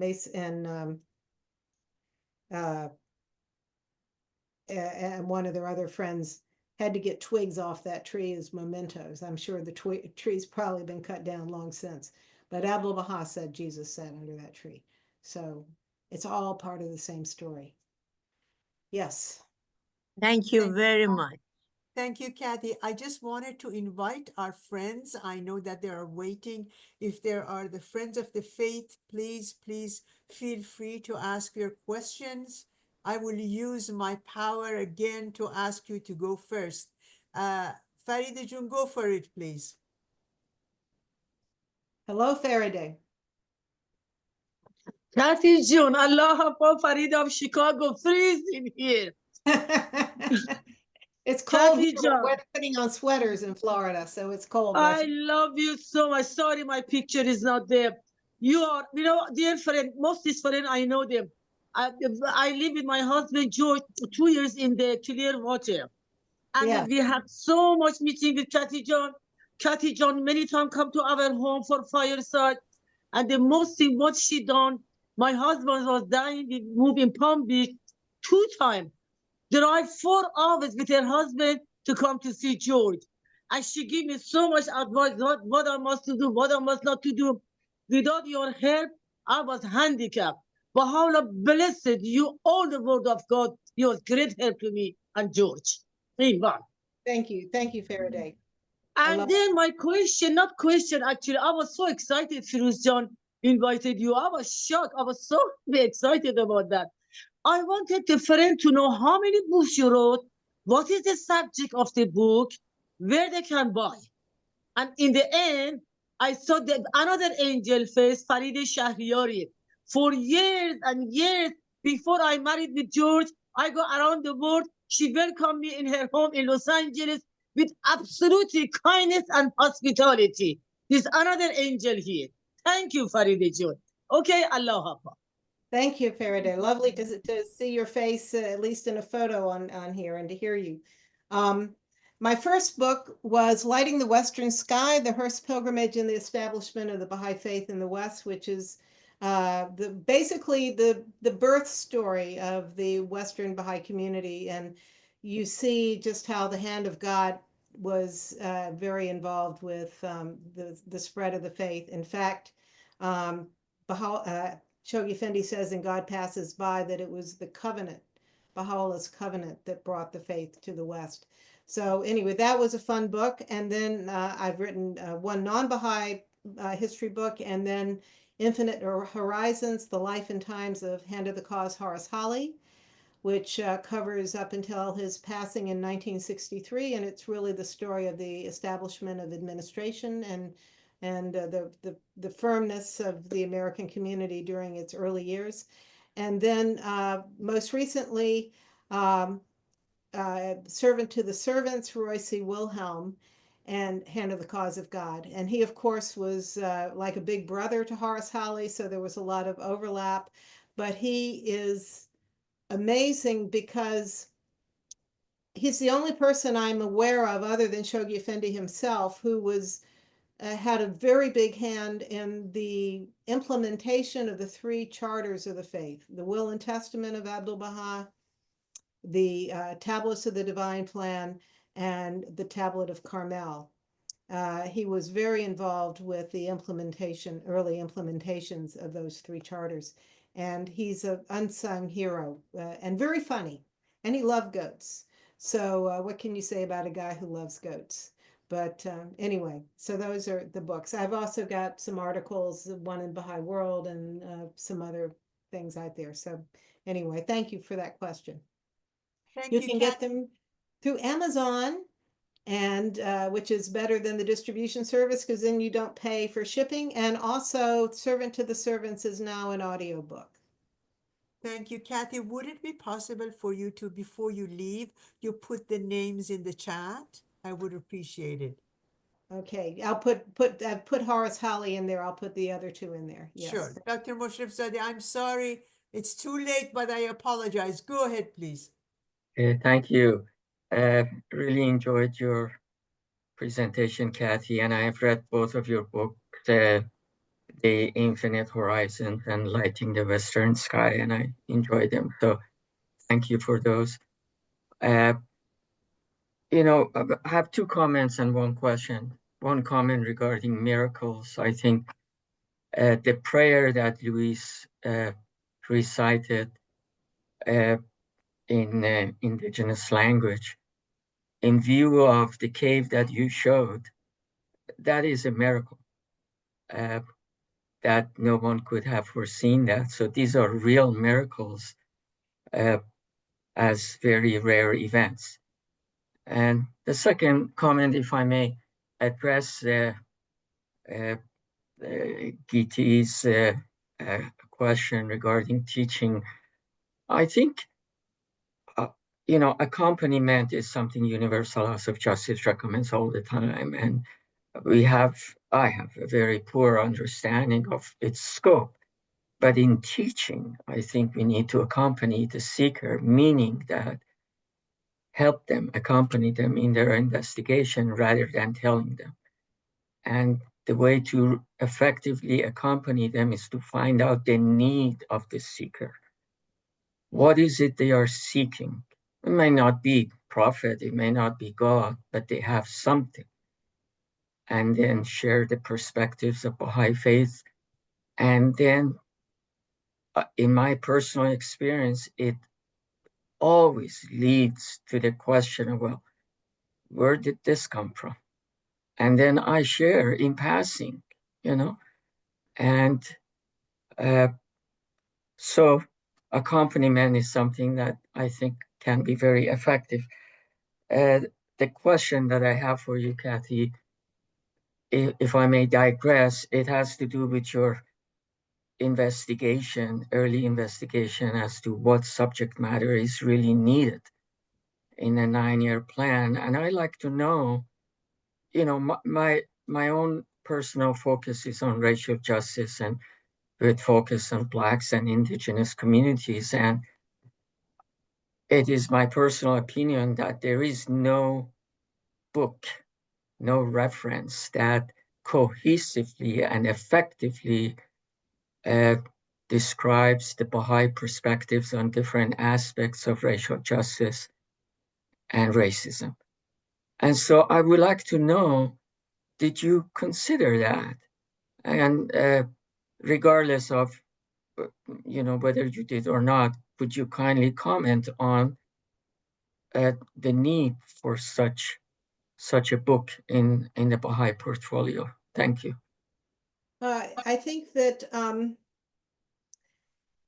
you know, if I'm someone whose life is devoted to racial justice, both racial and ethnic, indigenous and so forth. And by the way, one of the injustices, great prejudices that really bothers me at the moment is anti-Semitism, which unfortunately I see in the Baha'i community itself.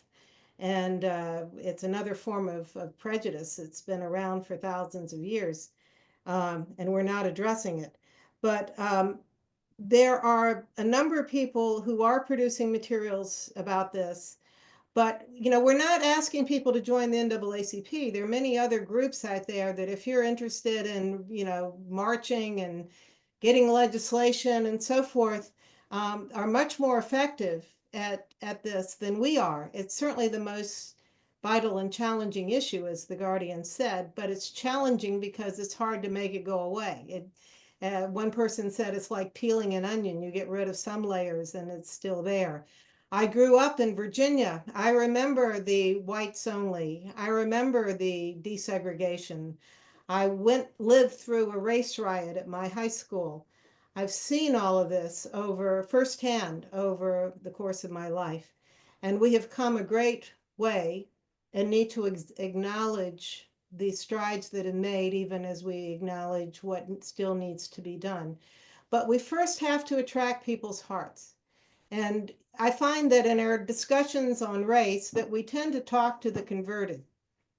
You know, we find people who agree with us, and then we hold a meeting, we all feel good, and we think we've done something.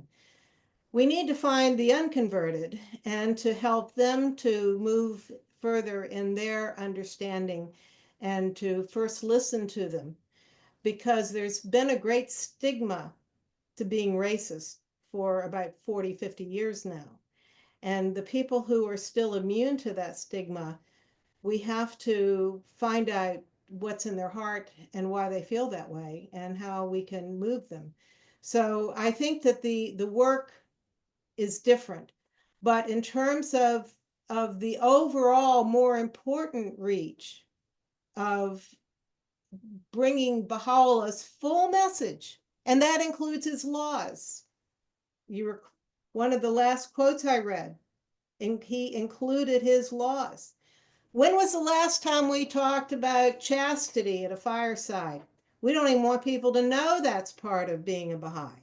Or that we don't drink alcohol. We wait till they're ready to sign the card and then we say, oh, by the way, you're not supposed to drink after this.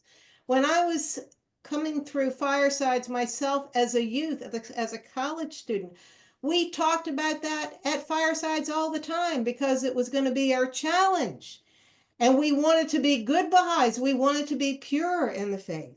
We wanted rigor.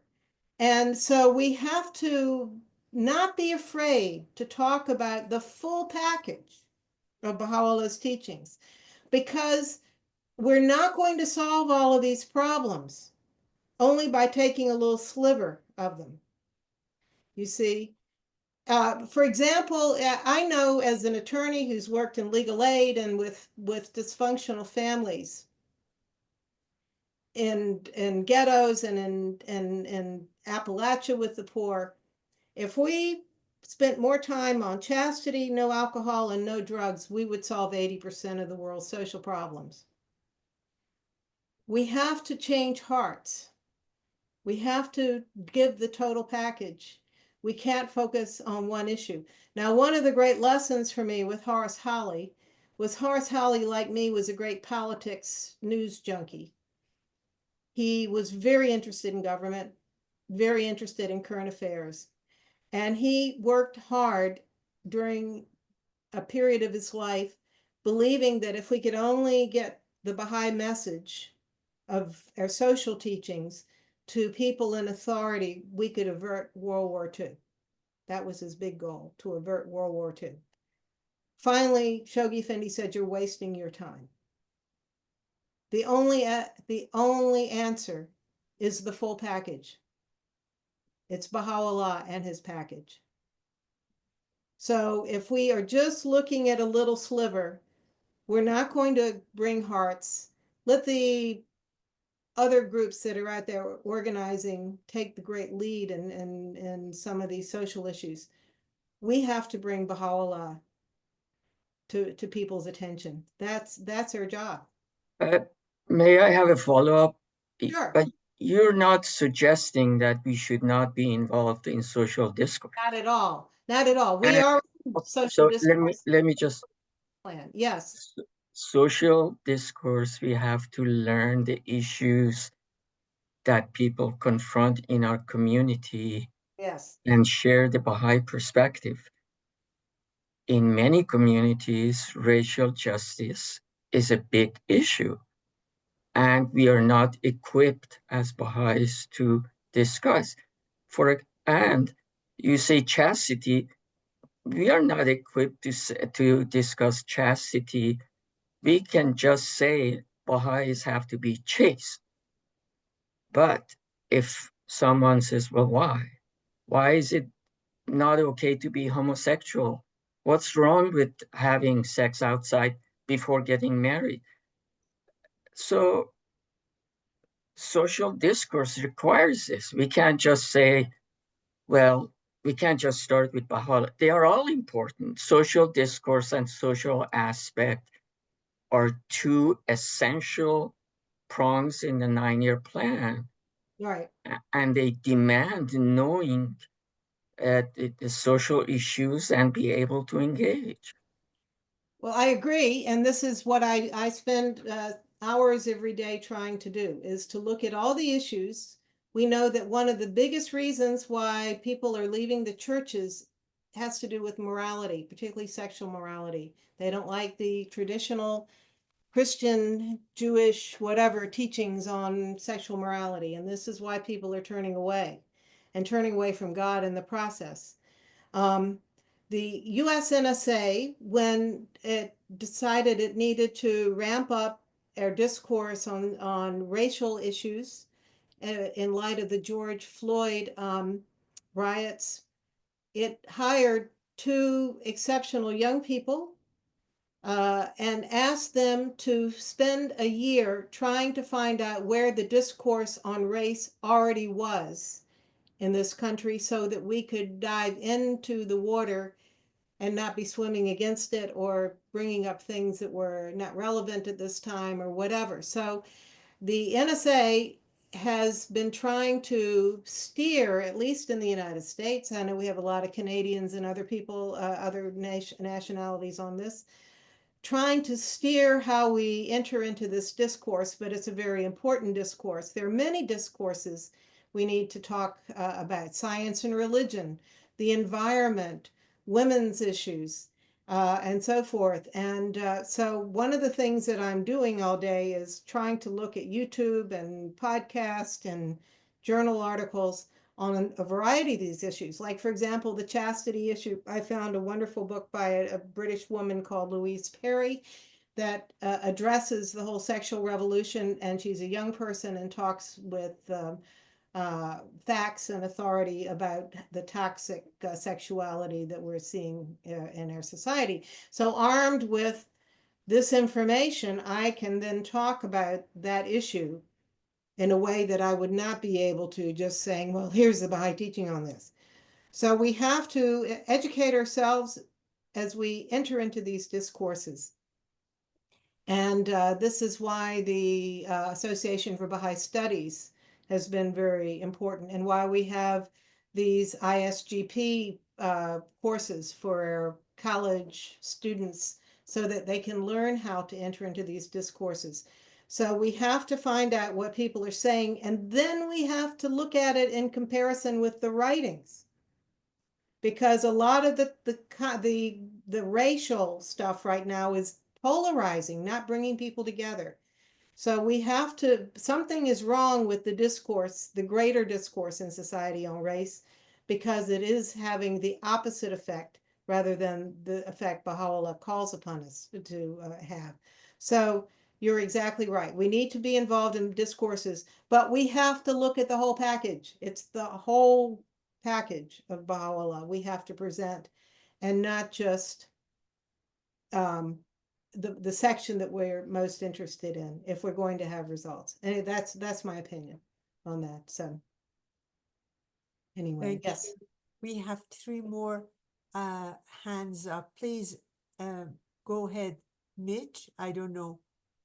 Is this your name? Yes, it is. Hi, Kathy. It's so good to see you. Kathy and I know each other from Virginia. So good to see you, Kathy. I was at Greenacre with Joel, and so I got to hear all about the book you guys wrote together. He's such a wonderful partner. I was so glad. And I hope you guys work again, because I'm reading that book and I'm totally loving it. But I have one question about when you said that poem is studied, the poem that Baha'u'llah, is it acknowledged that it comes from Baha'u'llah, given the dynamics of how the faith is viewed there? I was really curious to see. I don't know how, because of course, as far as the people in Kurdistan, it was Muhammad from Iran. Exactly. Sure. Okay. So that's the name that it maybe floated around, but at this point, it's probably been connected to Baha'u'llah. I would have to ask one of our experts, the Hemnet brothers who do a lot of Arabic translation for the House of Yeah. Justice and work with John Hatcher. I'll ask John that question and send you a note. That would be great. And the Yeah. other question I have, you talked about how young people want, are interested in the mystic. And I have had conversations with young people in my travels. But the issue for me has been, how do I talk about it in a manner that doesn't make it sound like it's just a concept, that it's rooted in this wonderful gift that Baha'u'llah gave, So how do you tie those two so that they can see that it is connected to Baha'u'llah? That's the one thing that I have struggled with.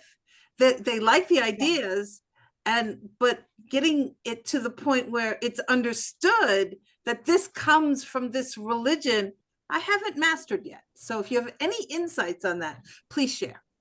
So it's very interesting that in the last 18 months, I'm seeing news reports that there seems to be a youth revival going on in young college students and maybe older high school students. Yeah. It's happening particularly in the South. There was what they call the Wesleyan revival that spontaneously happened at this college in Kentucky. Then there's a whole wave also of colleges where, starting with Auburn University in Alabama, where there have been thousands of young people baptized in the back of pickup trucks on college campuses in the last year. I'm also seeing in Catholic literature that and including in Richmond, Virginia, that there has been a huge influx in youth coming into the Catholic Church, and they want tradition. They want the Latin Mass. Girls want to cover their heads. They are looking for the transcendent. And they want to see the face of God. They want an inner spiritual experience. They want meaning in their life. Yeah. There is no book that provides a better mystical, spiritual experience than the quotes that are in book one. But book one is in workbook format. Right. I'm wondering, if we took those quotes out and created it in a beautiful little book you put next to your nightstand with some prayers at the back of it, and a couple hidden words, you would have that mystical experience. When I was going to firesides back in the 70s, mainly college students, we're all sitting on the floor in somebody's apartment with a candle and the lights out, and someone's playing a guitar, and we're having prayers, and we're trying to create an atmosphere. Do we create a mystical atmosphere when we are taking people through book one or in our devotional gatherings to help them? So also in trying to get out of the Baha'i bubble to figure out how we need to talk to people, I have been asking non-Baha'i friends and acquaintances 3 questions. First question, have they ever had a mystical experience? Second question, what do they think happens when they die? Third question, who is Jesus? And the 3 questions give me a pretty good idea of whether they believe in a spiritual world and in revealed religion. And what's very interesting is that, and I've since seen this in other sources having the same response, even people who've had extreme mystical experiences don't necessarily equate them with God. Right. That's been my finding. Yeah, they don't equate. And when I say, well, what does that make you think about God and the spiritual world now that you've had that experience? Oh, I didn't even think about that. Okay. But then the wheels start turning, Right. So there's a new book I've just been reading by a guy named Rod Dreyer called Living in Wonder, about how since the Enlightenment we have taken the mystical out of Western society. The rest of the world, I'm sure our dear friend Empire and DRC has a population they're dealing with that understands that the world is full of mystery and wonderful things. We have to see with the eye of God, and we have to help our seekers see with the eye of God. And nobody does that better than Baha'u'llah. Absolutely. I remember totally taking agree. a group of non-Baha'is. We had 3 lawyers, Yeah, I remember an that. engineer, and another a museum curator. And the museum curator, I gave her a prayer to read. She was not a Baha'i. I gave her a prayer to read at the beginning. It literally took her breath away. Mhm. And when it was done, she said, "Oh, that's so beautiful." Yeah, What Yeah. do we call Baha'u'llah? We call him the blessed beauty. yeah. Beauty, beauty, attracted to my beauty, beauty, Mm-hmm. my beauty, my beauty, my beauty, my beauty, Right. nature, beautiful things, creating beautiful environments, the beauty of Baha'u'llah's word, the beauty of some of our music, not all of it, but our music. This Exactly. attracts hearts, you Yes. see. And we have to use these tools because they have been given to us. And this, we know, is how we are all programmed to Yes. respond to beauty and to spirituality when we encounter it. So if we're only talking about the social principles of the faith, Right. which is fine, there's a place for that, we're not connecting the hearts to Baha'u'llah. And everyone has a right to know that there is a new messenger of God available to them in this day. Everyone, Yes. that baby has arrived. So anyway. Thank you. I have one other comment, and that is we are equipped. We are Baha'is. We have access to Baha'u'llah. So therefore we are equipped, and we have to own the fact that we are equipped and go out and do it. So we are equipped. We have been chosen. We have accepted it. So we are equipped. And that's all I have to say. And it's so good to see you. Likewise, love to your friends and family. Yes, Anyway, and love to Gary. yes, thank you. Thank you so much. Appreciate it. We have a few more hands. It's 9 o'clock. You're more than welcome to stay here till morning. Probably Empire has to have his dinner afterwards, but it's okay. We can go as long as Kathy. I'm sure Kathy, you're 3 hours behind us. So I'm at the same time as you are in Toronto. So Sorry, Mrs. Cruz, Allahu Akbar. Thank you so much sorry. for your presentation. That's I not want to answer. leave. I want to leave. Please read the chat, Mrs. Cruz. Thank you so much. Thank you. Sure. Thank you so much. Thank you so much for your presentation. Have a great time. Bye. Thank you. Pina, please go ahead. Pina from Malaysia. Thank you. Go ahead, Pina. Originally from the Philippines. Yeah. Wonderful. I'm still not well from dengue, but I'll try to be brief. Thank you for reminding us of the tablet of Ahmad. The first time I memorized it is because I had no other choice. I was a travel teacher in 1974 in another place other than my place. I'm new in the other place. And so I had to go to visit a village with somebody, but she didn't turn up. And I had to walk shortcut through the paddy fields, passing houses.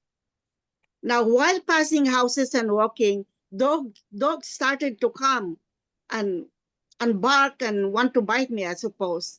But then I told myself, let me concentrate on one thing. Let me read this tablet of Ahmad over and over again, first of all, for my protection and for my memorization. Study later.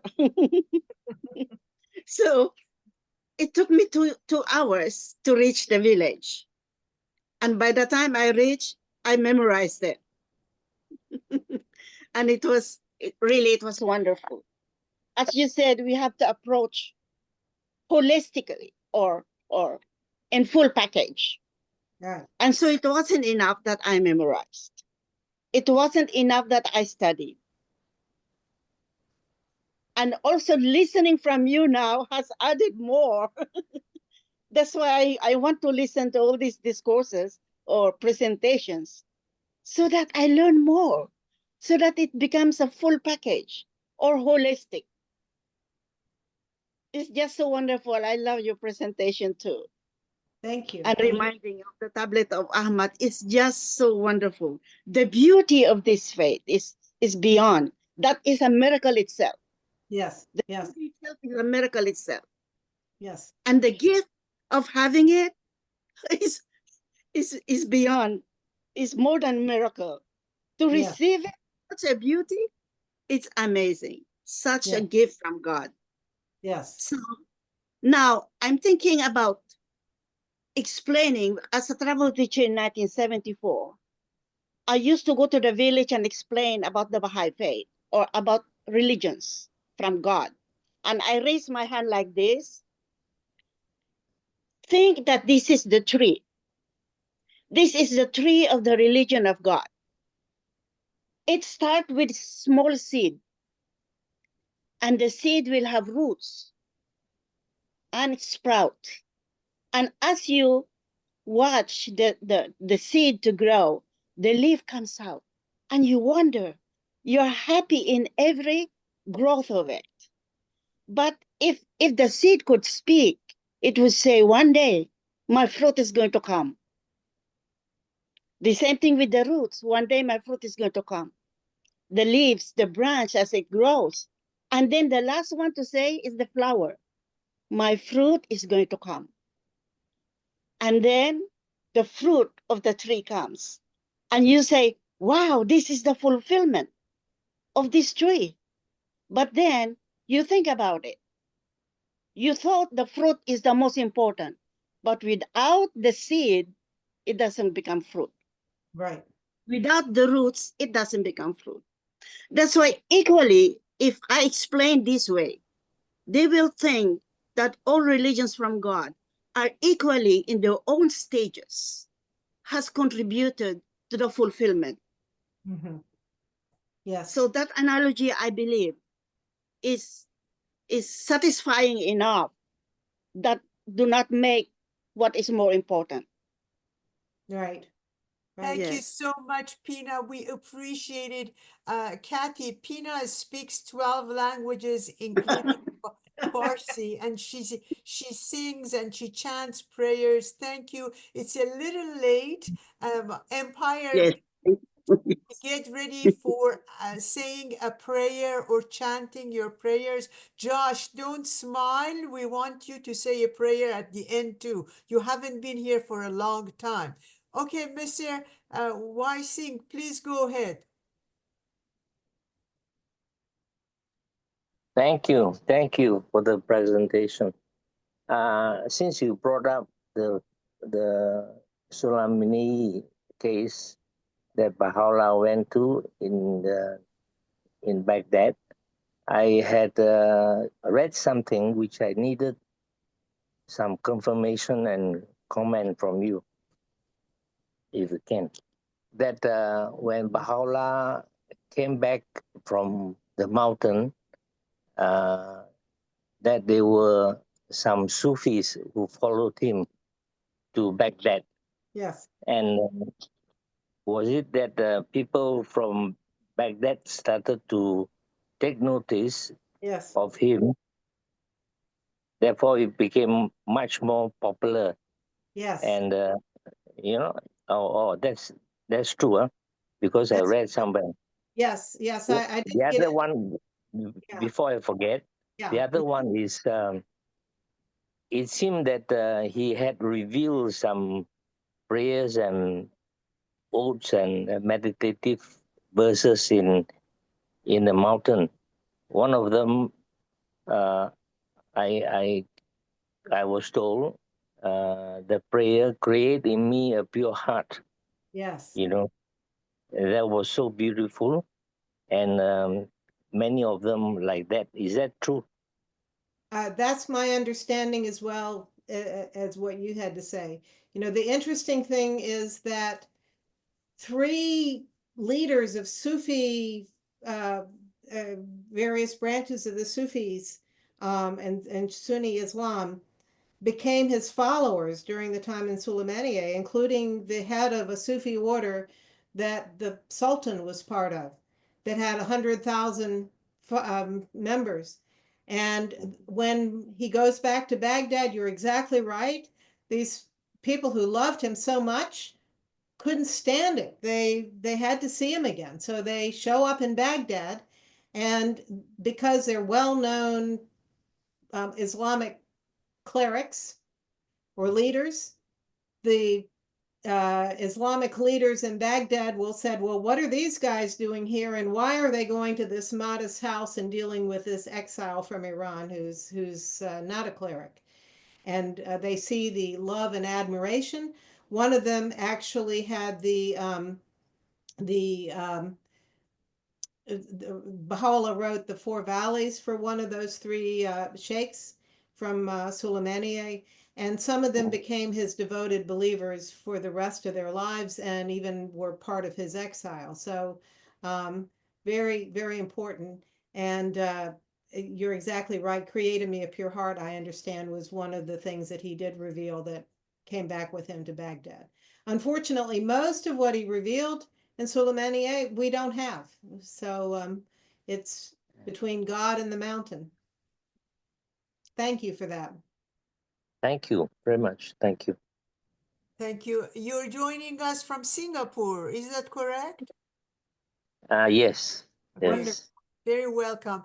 By the way, friends, please do not share a screen unless you ask first. I appreciate it. We need to be very careful. Kathy, that was wonderful. Thank you. So I don't know how to thank you. Words fail me, and you need to come back, please.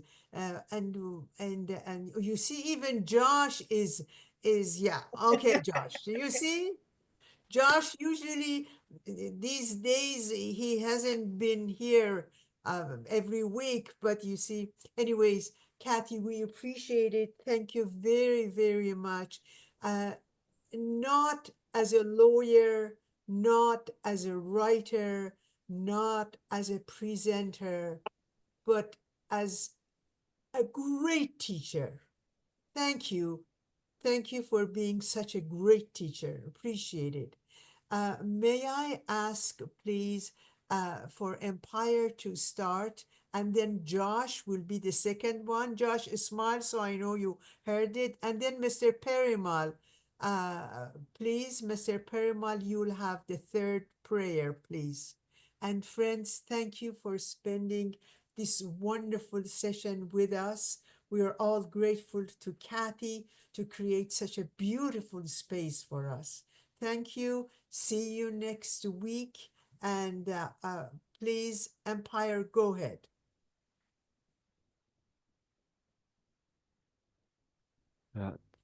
Thank you so much. This is aid and assistance. My God, my adored one, my King, my desire in Kiswahili.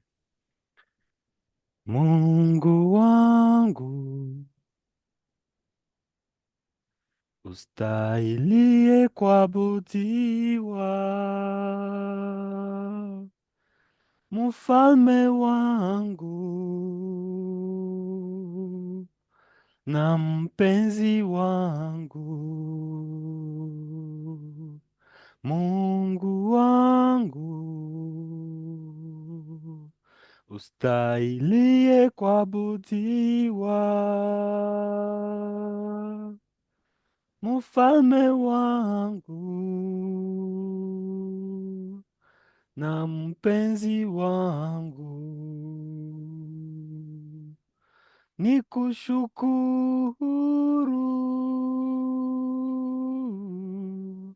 kwa lugha gani? Nilikuwa mzembe, ukaniamsha.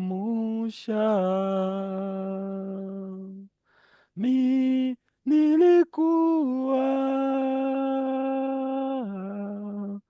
nimezofika,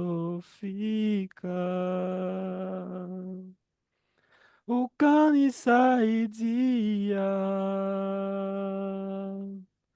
kukurudilia wewe.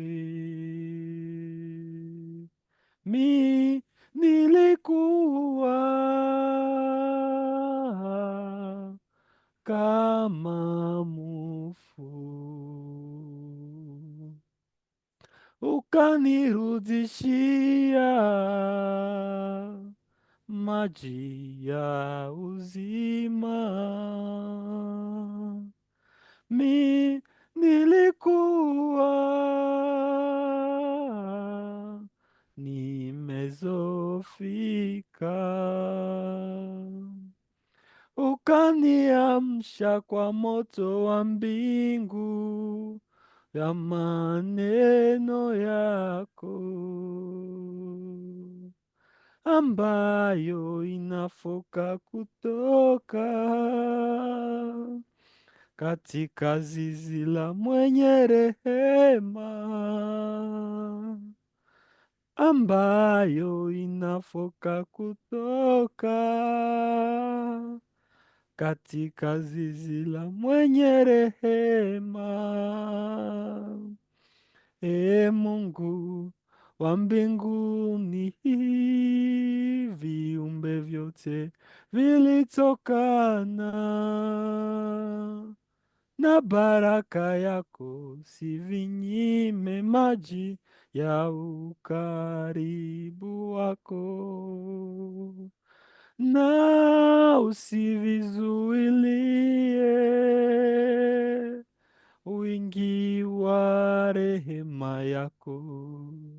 Minakusihi uniauni wakati wote, katika hali zote, natafuta kutoka mbingu ya rehema yako na upendeleo wa dhamani. Kwa kweli Bwana wa baraka na mtawala wa falme wa milele. Kwa kweli Bwana wa baraka na mtawala wa wafalme wa milele.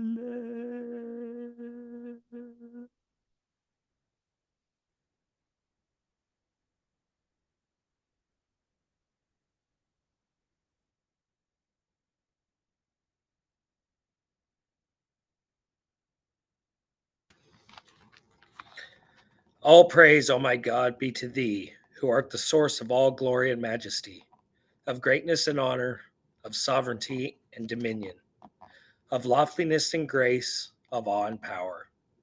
Whomsoever thou willest, thou causest to draw nigh unto the most great ocean. And on whomsoever thou desirest, thou conferrest the honor of recognizing thy most ancient name.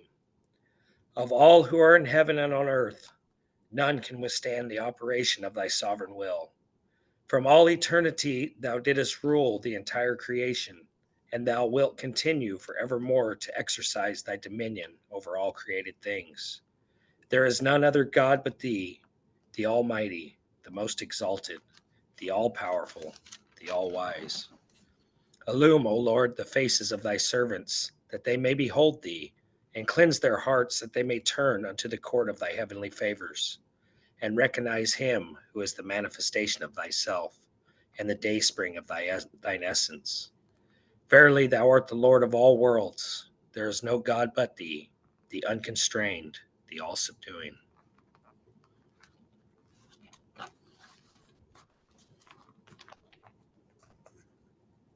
O thou incomparable God, we are thy humble servants, and thou art the all-glorious. We are sinners, and thou art the ever-forgiving. We are captive, poor and lowly, and thou art our shelter and our aid. We are as tiny ants, and thou art the Lord of majesty, enthroned in the highest heaven. Protect us as a token of thy grace, and withhold not from us thy care and assistance. O Lord, thy tests are indeed severe, and thy trials can lay in ruin foundation rock of steel. Preserve and strengthen us. Cheer and gladden our hearts. Graciously assist us to serve even as Abdul Baha, a sacred trust. Abdul Baha.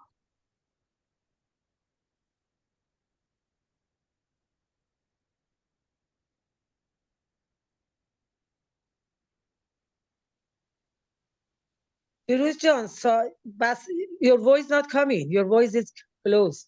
Thank you, Faridejan. Appreciate it. If Tara is here, we can finish with her heavenly voice. Tara, are you here? Yes. No, Tara is in the second page, but it seems that, okay, perfect, no problem. Friends, thank you very, very much for being here with us. Kathy, much, much love to you. Thank you, and see you soon again.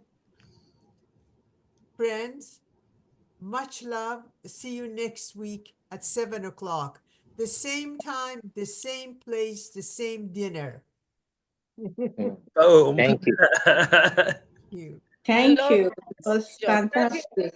I love your hair. Beautiful, Kathryn. Your hair is Thank you. A gift from my grandmother. your children. How's your children?